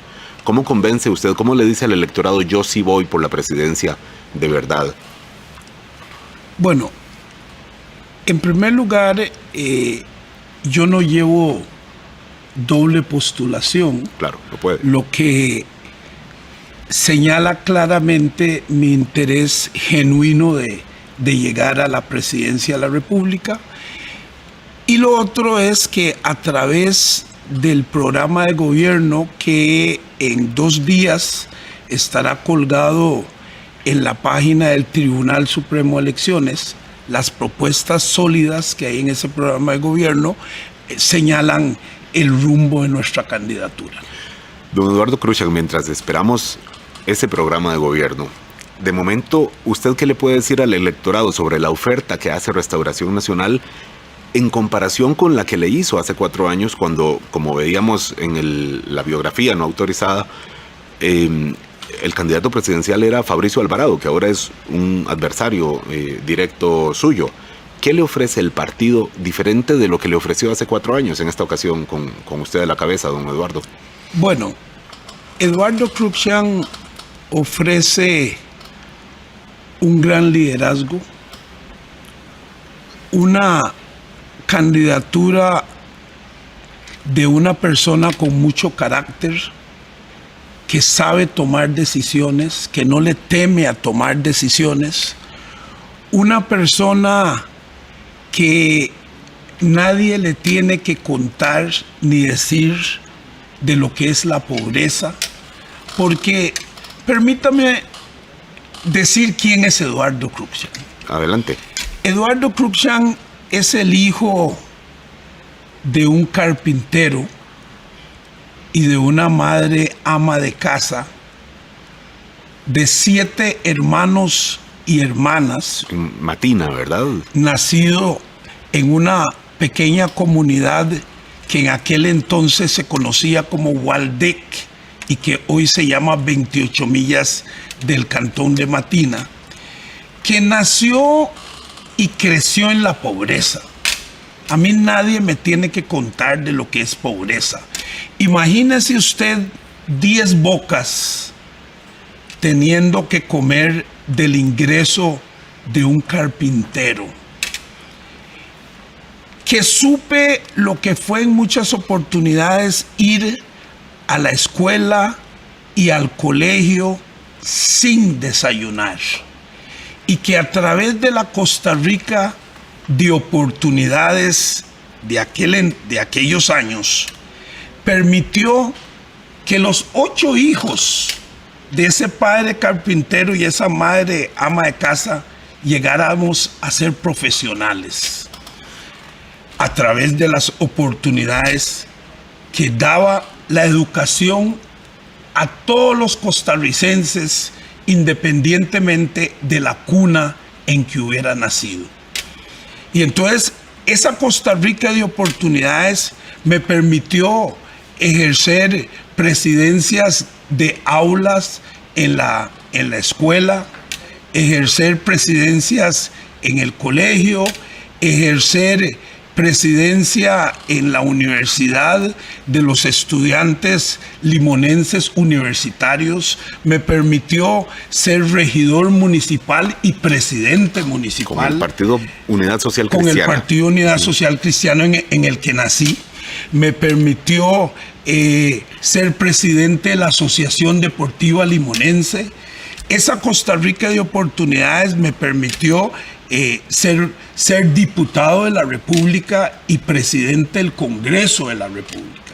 Pero infortunadamente esa Costa Rica de oportunidades no existe para muchas clases sociales o para las clases más bajas en estos días. Y esa es la Costa Rica que yo pretendo rescatar para que no haya un solo costarricense que pueda decir, yo no salí de la pobreza porque no tuve oportunidad, que sea porque no aprovechó las oportunidades, pero no porque no las tuviera. Don Eduardo Cruxan, probablemente, si no es usted el primero, probablemente de los muy pocos candidatos presidenciales, me atrevo a decir que el primero, que es de la provincia de Limón, Me corregirá usted si tengo alguna equivocación, alguna imprecisión, pero ¿cuánto de esta trayectoria y de esto que usted dice que representa le provoca, digamos, que lo siga o le refuerza un cierto liderazgo? Usted dice que tiene un liderazgo fuerte, bueno,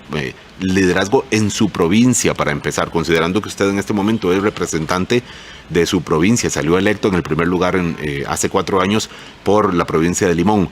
Si ahora mismo nos vamos a hacer el recorrido por Limón, ¿cree usted que se le acredita esto que está mencionando, que tiene una sensibilidad de la pobreza, a pesar de que ahora, por supuesto, que no? Su reloj, su auto, es evidentemente, su salario de diputado es evidentemente en un nivel muy diferente al que en el que usted nació, por supuesto. Pero quiero decirle, de Limón, ¿recibe usted de alguna forma esta respuesta al liderazgo que usted dice representar? Por supuesto que lo recibo. Tan es así que ha sido Restauración Nacional, fue el único partido y ha sido el único partido en toda la historia de las elecciones de diputaciones en la provincia de Limón que logró sacar 3 diputaciones cuando quien estaba al frente de esa campaña en la provincia de Limón fue precisamente este servidor. Y ningún otro partido, ni siquiera los tradicionales, han logrado sacar esa cuota de diputaciones en la provincia de Limón como la que se obtuvo cuando yo encabecé esa papeleta a las diputaciones. ¿No tuvo que ver eso más con la figura del candidato presidencial de ese momento, Fabricio Alvarado? Yo diría que no. Yo diría que no, porque el candidato de entonces, si acaso visitó la provincia de Limón en un par de oportunidades, y el que estuvo al frente de esa campaña fue Eduardo Cruxan, el que hizo todo el trabajo en toda la provincia, desde el puente de Zigzaola hasta Pocosí, fue este servidor. De manera que, y antes, desde que el candidato tenía un 1.6% de intenciones electorales, ya Eduardo Cruxan estaba claro que iba a ser diputado por lo que se representa. ¿Cómo ve esta competencia ahora con don Fabricio Alvarado, considerando que él es una escisión del partido que usted ahora representa y que de alguna forma pues se dirigen a un sector parecido, digamos, no exclusivamente igual, y tienen estilos diferentes, pero cómo ve esta competencia en esta campaña electoral, probablemente pues muy disputada con muchos, pero con la particularidad de que usted y don Fabricio vienen de esta misma casa? Bueno, yo veo a don Fabricio Alvarado como cualquiera de los otros 20 y pico de competidores que tengo al frente, uno más del grupo de competidores, con el que no hago ninguna diferencia particular, y los dos tenemos la intención de llegar al electorado con una diferencia, que yo no tengo doble postulación. Nada más, esa es la diferencia. No, si yo le pido la principal diferencia en la propuesta, ¿cuál me señalaría usted, don Eduardo? Bueno, le voy a decir que nosotros no pretendemos hacer una campaña de polarización, no vamos a ser monotemáticos, sino que pretendemos hacer una campaña donde abordemos los temas más importantes del país, los temas que le preocupan a los costarricenses, como es el tema del desempleo, la generación de empleo, como es el tema del apagón educativo, como es el tema de la falta de la corrupción en el manejo de algunas de las finanzas públicas, la falta de transparencia y eficiencia en la inversión del gasto, temas como el tema de la vacunación, vamos a manejar ese tema. Y entonces ¿En qué posición específicamente?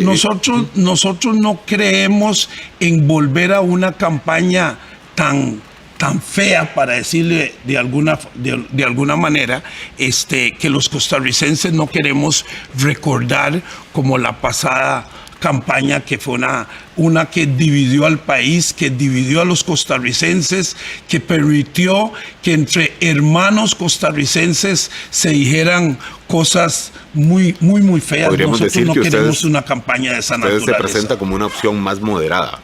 Es más o menos lo que le comprendo. No vamos a utilizar temas que polaricen al país. Don Eduardo, decía usted la vacunación. Su partido apoya la vacunación y apoya, o usted en concreto como candidato presidencial, apoya la vacunación obligatoria tal como está establecida y hemos conocido en estos días. Nosotros creemos en la vacunación. Tan es así que yo tengo todo el esquema de vacunación. Y la mayoría de los diputados nuestros de la Asamblea Legislativa tienen el esquema completo de la vacunación. Hemos dicho que creemos en la vacunación, hemos aprobado desde la Comisión de Asuntos Hacendarios recursos para la adquisición de vacunas, de manera que nosotros vamos adelante con la vacunación. Pero la vacunación obligatoria, las condiciones que conocimos en los últimos días. Bueno, nosotros creemos en convencer antes de obligar. Creemos que el gobierno debe hacer un esfuerzo en la labor de concientización, de información, para lograr llevar conciencia y convicción a esos sectores que aún no han decidido vacunarse para que lo hagan. O sea que tiene razón su compañero don Melvin Núñez cuando dice que a él no lo pueden obligar a vacunarse. Es lo que le comprendo. Yo le voy a decir que yo no voy a decir si él tiene razón o no. Lo que le puedo decir es que él tiene criterios, opiniones muy particulares, muy personales, los cuales yo respeto, porque respeto las decisiones personales de la gente, aunque no las comparto, porque yo creo que todos los costarricenses deberíamos vacunarnos lo más pronto posible para que alcancemos la inmunidad del rebaño lo más rápido posible y que podamos tener una nueva normalidad lo más parecido a lo que vivíamos antes de la pandemia. Don Eduardo, hace unos 3 minutos me mencionó usted los problemas o los temas a los cuales, alrededor de los cuales giraría su propuesta como candidato presidencial. En estos temas, sabiendo que no son temas nuevos, aunque la pandemia por supuesto que ha acentuado muchísimo lo que ya había, no son temas nuevos. ¿Usted puede decir que en esta gestión suya como diputado puede presentarle a quienes nos están viendo en este momento en sus casas y decirle, mire, estos 3 proyectos los hice yo y resuelven en alguna medida estos problemas que yo mencioné específicamente en desempleo? ¿Cuáles serían sus 3 proyectos, así enumerados, tal vez para no entrar en detalle, don Eduardo Cruxan, los 3 proyectos que usted enlistaría que diga, esta es mi carta de una buena gestión de diputado? Bueno, vea.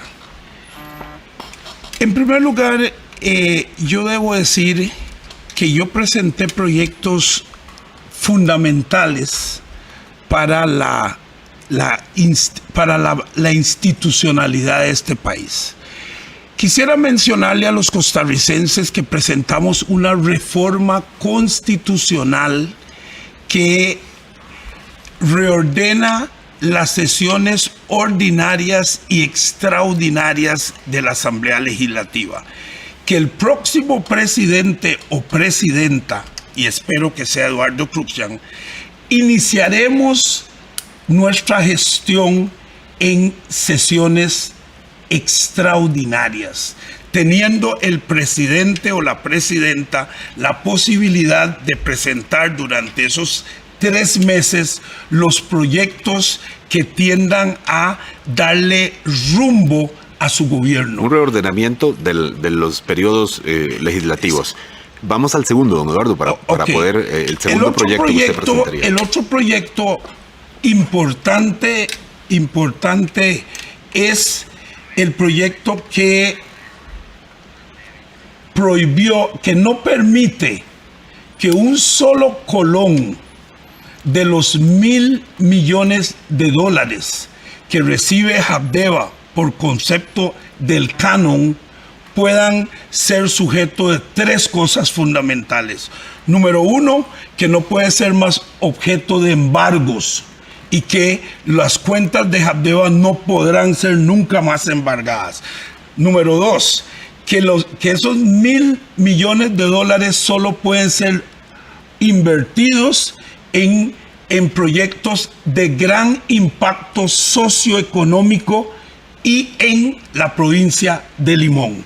Eso significa que en una zona donde hay una gran brecha socioeconómica con la GAM, vamos a garantizarnos que esos $1,000 millones que generará ese canon en 30 años sean invertidos de buena manera para generar empleo y cambios sustancias en la provincia de Limón. Transparencia y control de fondos públicos. Segundo, el tercero, don Eduardo. El tercer proyecto es el proyecto que por cierto hoy generó una gran polémica, el proyecto de nacionalización en puntos de ingreso. ¿Y por qué este proyecto es de suma importancia? Porque hoy en día se revisa solo el 5% de las importaciones que ingresan en los diferentes puntos del país. Solo el 5%. Y se nacionalizan a casi 200 kilómetros del punto de ingreso. ¿Y qué sucede? Que en el camino muchos importan oro y terminan nacionalizando bronce. Y eso fomenta la evasión y atenta contra las finanzas públicas y la seguridad del país. Porque así como importan oro y nacionalizan bronce, esos contenedores que pasan sin revisión podrían traer cualquier otra cosa que ponga en peligro las finanzas del Estado. De manera que esto va a ser un proyecto que va a combatir la evasión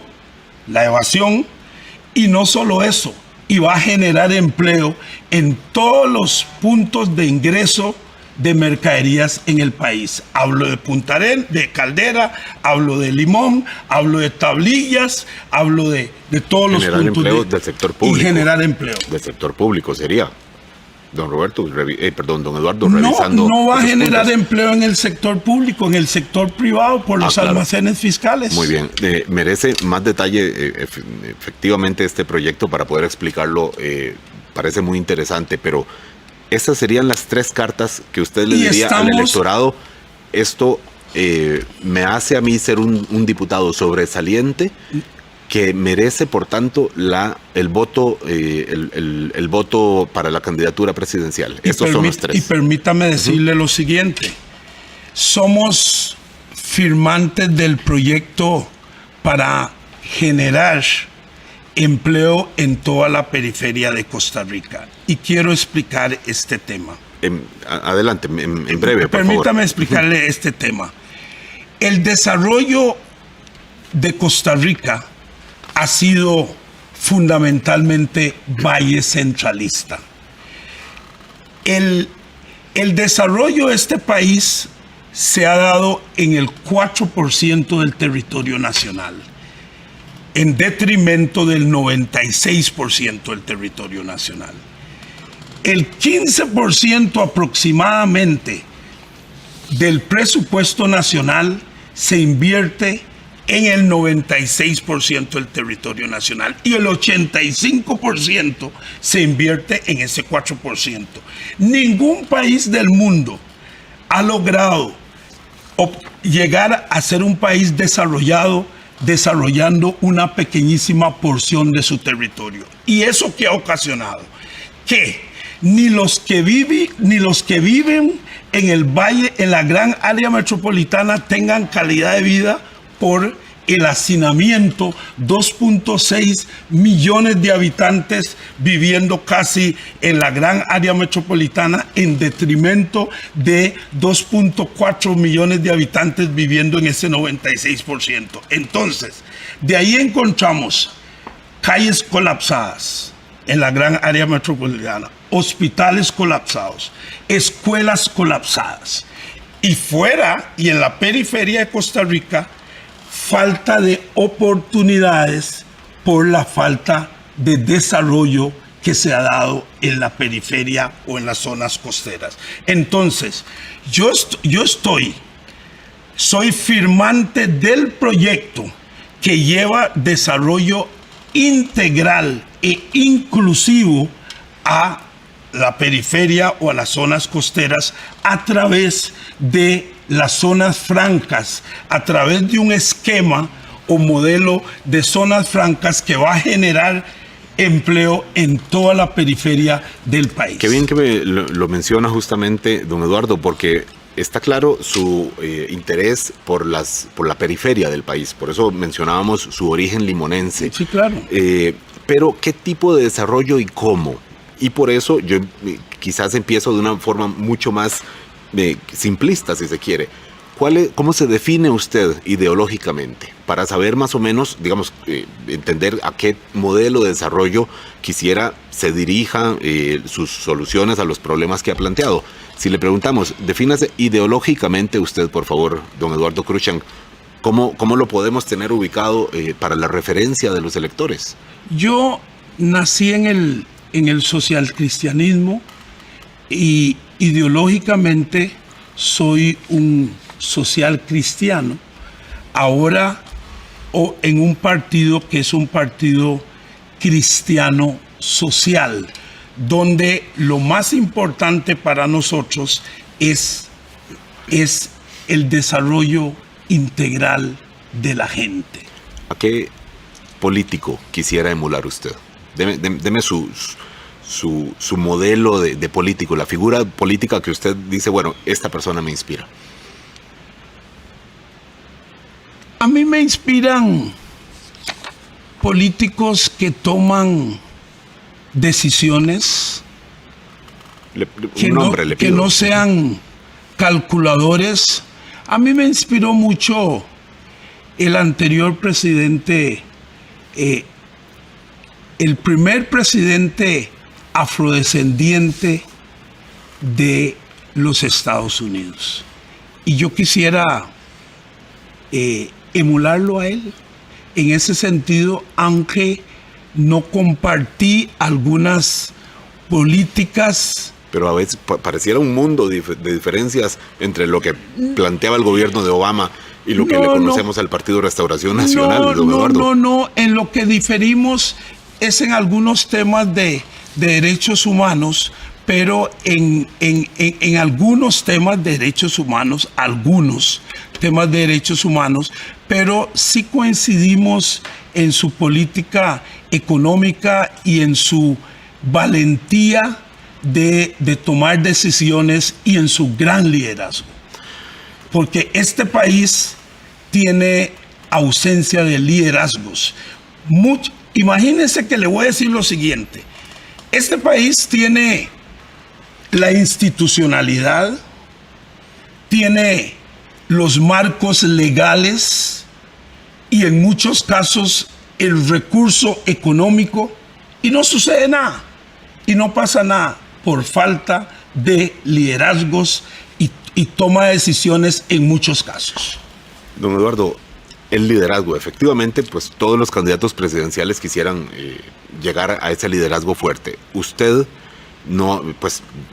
tuvo una postulación por la Asamblea Legislativa, llegó a ser presidente del Congreso con votos de diversas bancadas, pero en lo electoral, liderazgo electoral, la primera prueba que podríamos pensar relacionada después de que ya el país lo conoció a usted, no solo en la provincia de Limón, sino que lo conocimos todos, es las elecciones pasadas municipales. Su partido, un resultado bastante pobre. Incluso su propia esposa era candidata a alcaldesa en el Cantón Limón y no le fue pues nada bien. ¿Qué le hace pensar que su partido tendrá arrastre, o sea que su liderazgo tendrá una respuesta contable en votos el día 6 de febrero?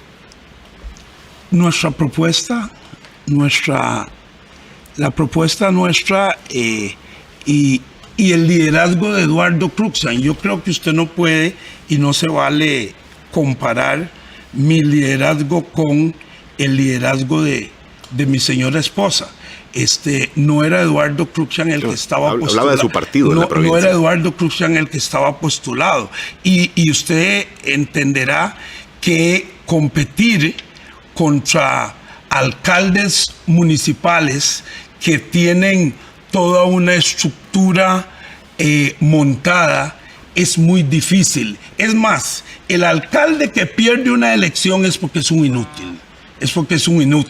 Porque con toda la estructura que tienen a su favor es muy difícil sacar a un alcalde. ¿Qué opina usted de don Néstor Matis, alcalde de Limón? Yo creo que ha tenido muchos cuestionamientos y que ya es hora que salga de la municipalidad del Cantón Central de Limón.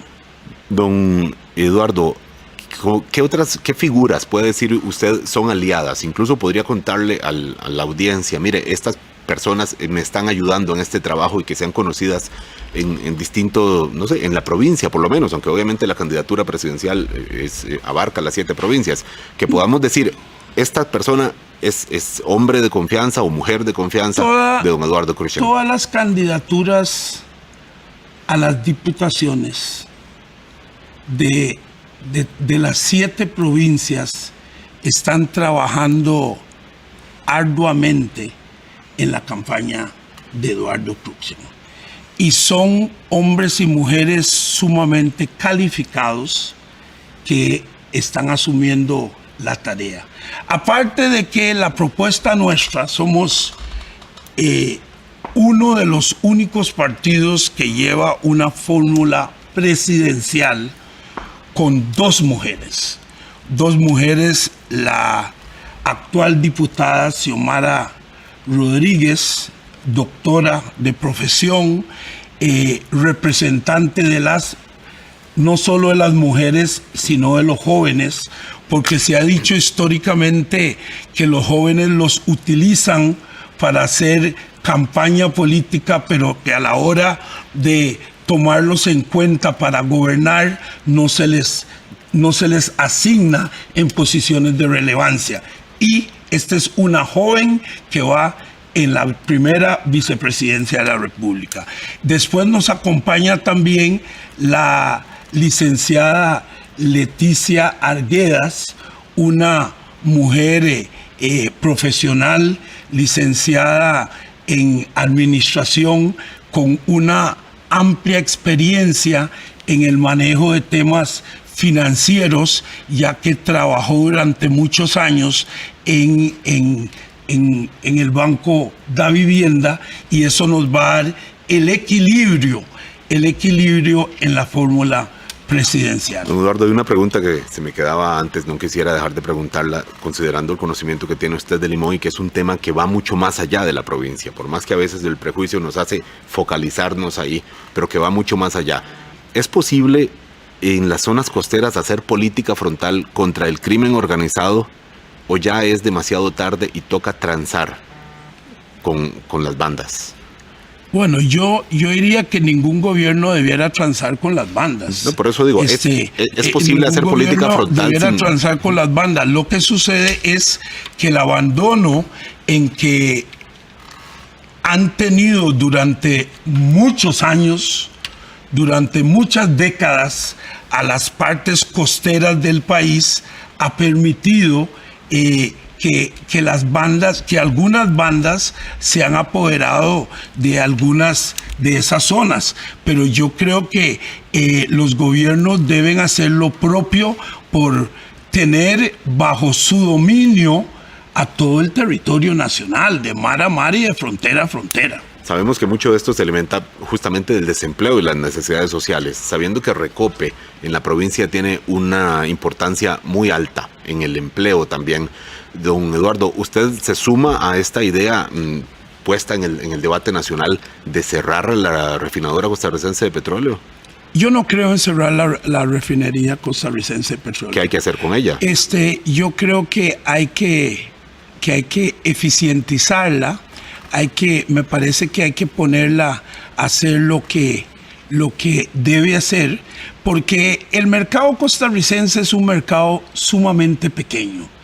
Y pensar en cerrar Recope y que aquí van a venir otras refinadoras a pelearse este mercadito tan pequeño no es viable. Pero ha demostrado ser casi un campo de rechazo a cualquier reforma y tiene un poder amplio de influencia y con sectores políticos y ni qué decir en la provincia de Limón. Entonces las posibilidades de reforma en términos realistas, usted que ya lleva 3 años y medio en la Asamblea Legislativa, sabe que son muy reducidas, don Eduardo. No, pues recientemente desde la Asamblea Legislativa se dictaminó un proyecto que está buscando reestructurar Recope, hacerle una serie de cambios estructurales que me parecen sumamente importantes porque, reitero, pensar en cerrar Recope o pensar en traerle competencia para un mercado de escasos 1.400.000 vehículos no tiene ninguna viabilidad. Don Eduardo, hay una pregunta que le vamos a hacer a todos los candidatos presidenciales. ¿Nos puede decir usted cómo se va a financiar de una manera concreta y lo más transparente posible?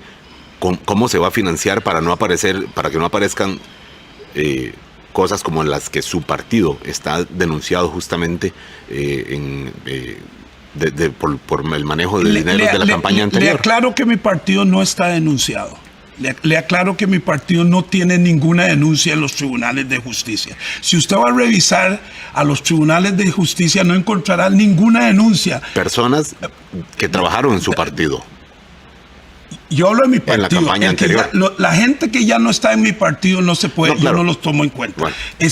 El Partido Restauración Nacional no tiene ninguna denuncia contra el partido. La que en su momento presentaron contra el presidente del Partido Restauración Nacional fue desestimado hace 5 o 6 meses, de manera que siguen diciendo por ahí que hay causas abiertas contra el Partido Restauración Nacional y eso no es cierto. Claro, es personas que manejaron dinero dentro de Restauración Nacional hace 4 años, pero volviendo a la pregunta, ¿cómo se va a financiar para no encontrarnos luego sorpresas? Muy fácil, el Partido Restauración Nacional tiene derecho a la deuda y en este momento estamos haciendo gestiones ante los bancos privados para obtener el financiamiento y hemos estado utilizando para iniciar la campaña los recursos que se obtuvieron de las inscripciones de las diferentes candidaturas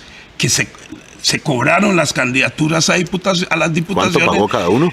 Bueno, el partido, para los primeros lugares, el partido cobró 7 millones de colones. 7 millones. Para los primeros lugares, para los segundos 5, y entonces estamos utilizando esos recursos. No cualquiera puede pagar 7 millones tan fácil postularse. Bueno, pero si usted pone el costo-beneficio de una persona que va a ser diputado y que va a ganar 4 millones de colones mensuales por 48 meses, en realidad es una suma que no es importante. Don Eduardo Cruzan, se nos va el tiempo.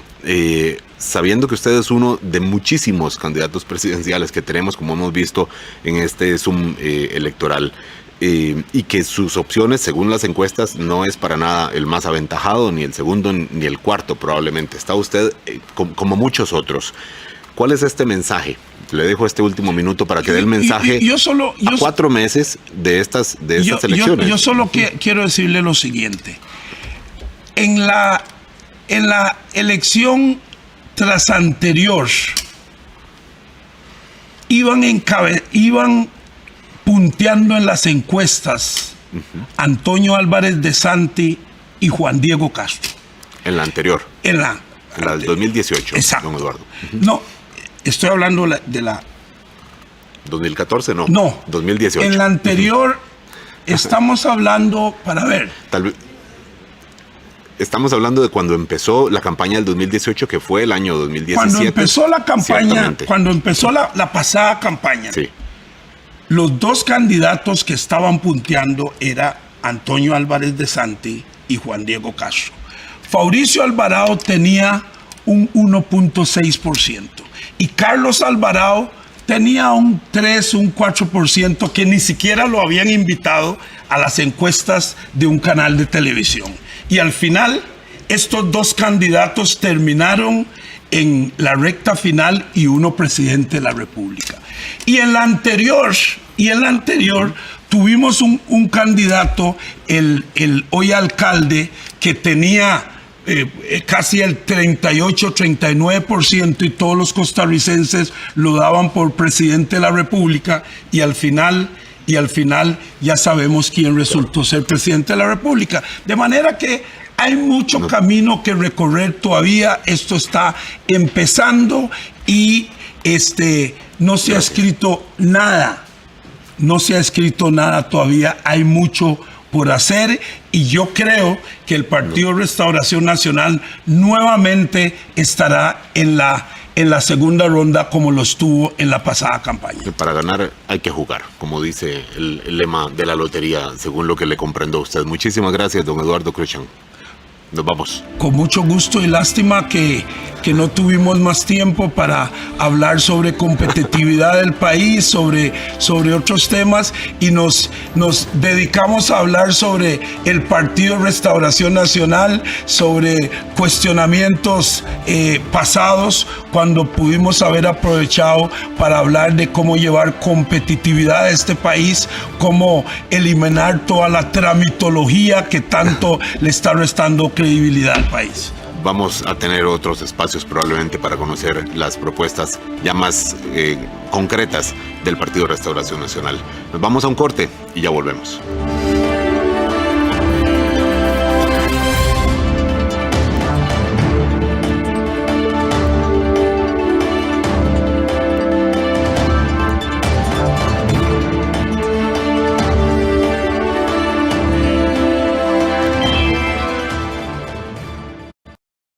Esta semana en La Lista de Eric, el fuego de la victoria.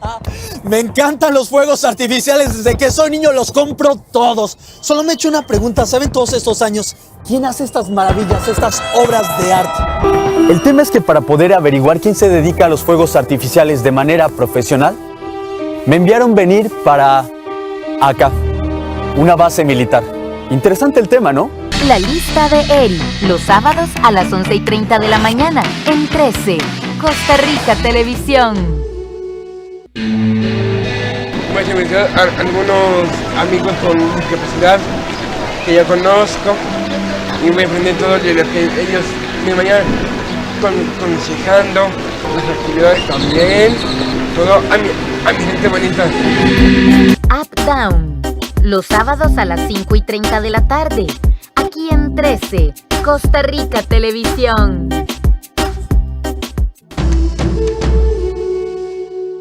En Construyendo la Costa Rica del Bicentenario, hacemos un viaje por la historia para celebrar los hitos y personajes que marcaron con acierto la identidad de nuestra nación. Esta semana recorremos esa nueva ruta que las mujeres eligieron en la lucha por sus derechos. Y de la mano de la Banda de Conciertos de Heredia, hacemos un homenaje al compositor Gordiano Morales, director de la banda en 1864. Este jueves 21 de octubre a las 10 de la noche, con repetición el sábado a las 8 de la noche y el domingo a las 10 de la mañana. Solo en 13, Costa Rica Televisión. Hola, ¿qué tal? Una mirada continúa reflexionando sobre la Costa Rica que queremos en el marco de la conmemoración de los 200 años de vida independiente. Y en esta semana vamos a hablar sobre esos retos que tenemos en materia social. ¿Por qué? Porque en este tema lo más importante es la ciudadanía, construir una ciudadanía crítica que empiece a trabajar en esa Costa Rica que queremos y que merecemos. De eso vamos a hablar esta semana en Una Mirada. Acompáñenos.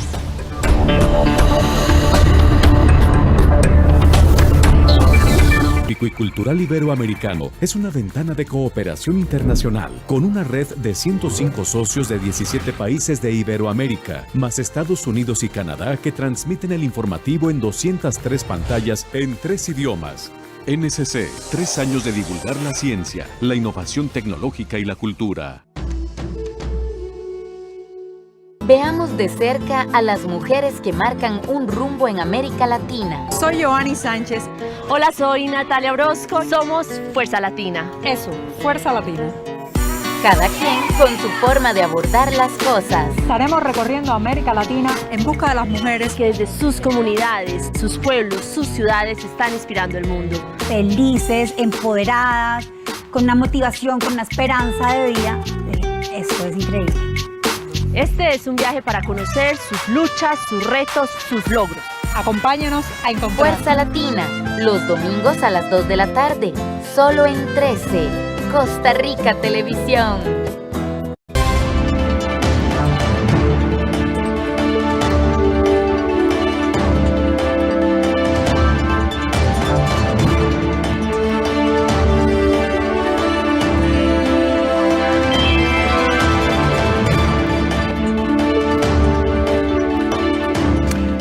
y 52 de la noche, estamos llegando al final de este Zoom electoral, de esta segunda edición de Zoom electoral.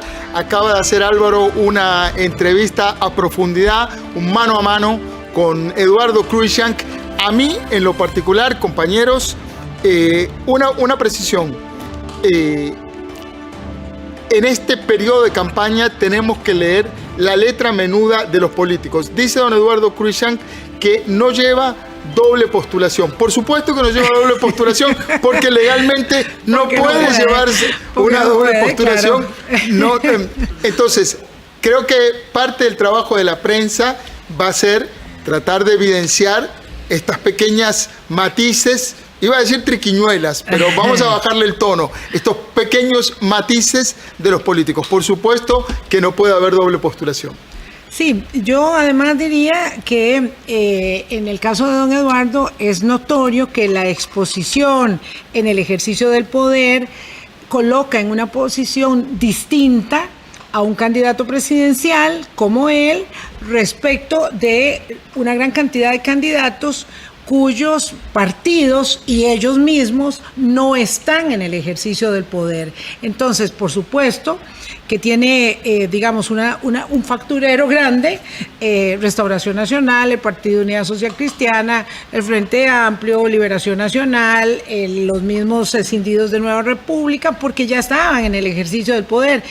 Y yo creo que en el caso de don Eduardo, yo me atrevería a decir que se mueve en una circunstancia muy compleja y no saca provecho de aspectos que él no citó. Por ejemplo, para mí, su ejercicio al frente de la presidencia del Congreso fue un ejercicio de mucha moderación y de mucho liderazgo en la conducción y en el acompañamiento que hace él como presidente del primer poder de la República, de unos diálogos que están un poco empujados por la coyuntura, en el momento claro. que se produce esa circunstancia de los bloqueos y la necesidad de ponerle oxígeno al país con el tema de la pandemia, el bloqueo y toda esa circunstancia social, digamos, convulsa que se produjo. Ahí cumple un papel determinante, pero probablemente calculando no ponerse del lado del Ejecutivo y no apareciendo del lado del partido en el poder, no le saca provecho a una circunstancia como esa, ¿verdad? A mí me parece que ahí tiene una dificultad, por ejemplo, enfrenta en la coherencia y en la contundencia con que debe mostrarse a favor de la vacunación obligatoria. Sí estoy, pero no voy a empujar a mi compañero de fracción que ha significado un gran dolor de cabeza para esa bancada. Por ahí para que Gustavo nos apuntale unos datos más. Básicamente, digamos, a mí me parece que muy rescatable es en la posición de don Eduardo está el hecho de que efectivamente, como dice Vilma, pasó por la presidencia de la Asamblea Legislativa en un modelo en transición, en un modelo institucional en transición, en donde efectivamente quienes han ocupado la presidencia de la Asamblea Legislativa pueden dar fe, es más, son las personas que de primera mano la población costarricense puede identificar como las que lograron manejar ese multipartidismo en la acción concreta, cotidiana, en el ejercicio del poder. Don Eduardo tiene ahí un punto de ganancia que desgraciadamente, digamos, no detalló, no llevó un paso más allá. Podía hablar no solamente del tema del cambio en que está sufriendo Costa Rica en términos de la institucionalidad, de un multipartidismo ya prácticamente asentado en el país, en donde efectivamente a él incluso le pasó la factura el haberse acercado de alguna manera con el gobierno y que le permite no solamente ese acercamiento, ya no como un rédito político para haber ocupado la presidencia de la Asamblea Legislativa, sino precisamente para haber manejado esa agenda necesaria país a la que él apuntó incluso hacia el final de la entrevista, que me parece que es valiosísimo. Esos dos elementos de jugar el juego largo estratégico de la institucionalidad y por el otro el juego corto de los temas que él considera que son necesarios y él domina de la agenda política nacional, me parece que serían dos puntos a explotar próximamente. Sí, yo nada más añadiría, Ernesto, porque sé que vamos cerrando, que en su propia estrategia, don Eduardo tendrá que afinar el lápiz, porque esa recriminación que le hace al final a Álvaro, los periodistas que tenemos muchos años de estar en esto, sabemos que un político con un poco más de cintura, lo que hace es que a tu pregunta responde lo que él quiere plantear. Y esos temas que eran los de su interés, él no aprovechó diferentes momentos, le faltó colmillo para que él aprovechara diferentes momentos y le jugara una carta y se la ganara a Álvaro. Entonces, ahí, digamos, es un juego que él tiene que ensayar y que implica que puede sacar mejor partido en la próxima. Yo sé que ya nos vamos. Una de cal y una de arena para cerrar. Interesante el compromiso de no polarizar. Sí, a mí eso me gustó muchísimo. Eso me gustó muchísimo. Marca una diferencia con respecto a otros fuerzas electorales. Eso sí. En contra, me quedó debiendo una autocrítica al manejo de la plata, del dinero de campaña en la pasada elección. También, estoy de acuerdo también. Ya nos vamos.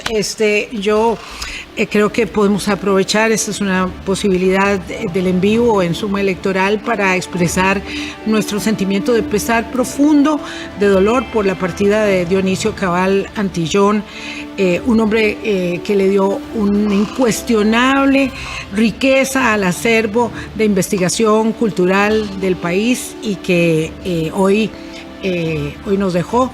Realmente quisiera que termináramos con ese sentimiento de pesar y de solidaridad para con la familia y los amigos de Dionisio Cabal. Un sentimiento compartido. Sí, sin duda. Nos vamos. Muchas gracias. Nos vamos. Gustavo, Vilma, Álvaro, gracias por esta faena electoral. Nos vemos la próxima semana.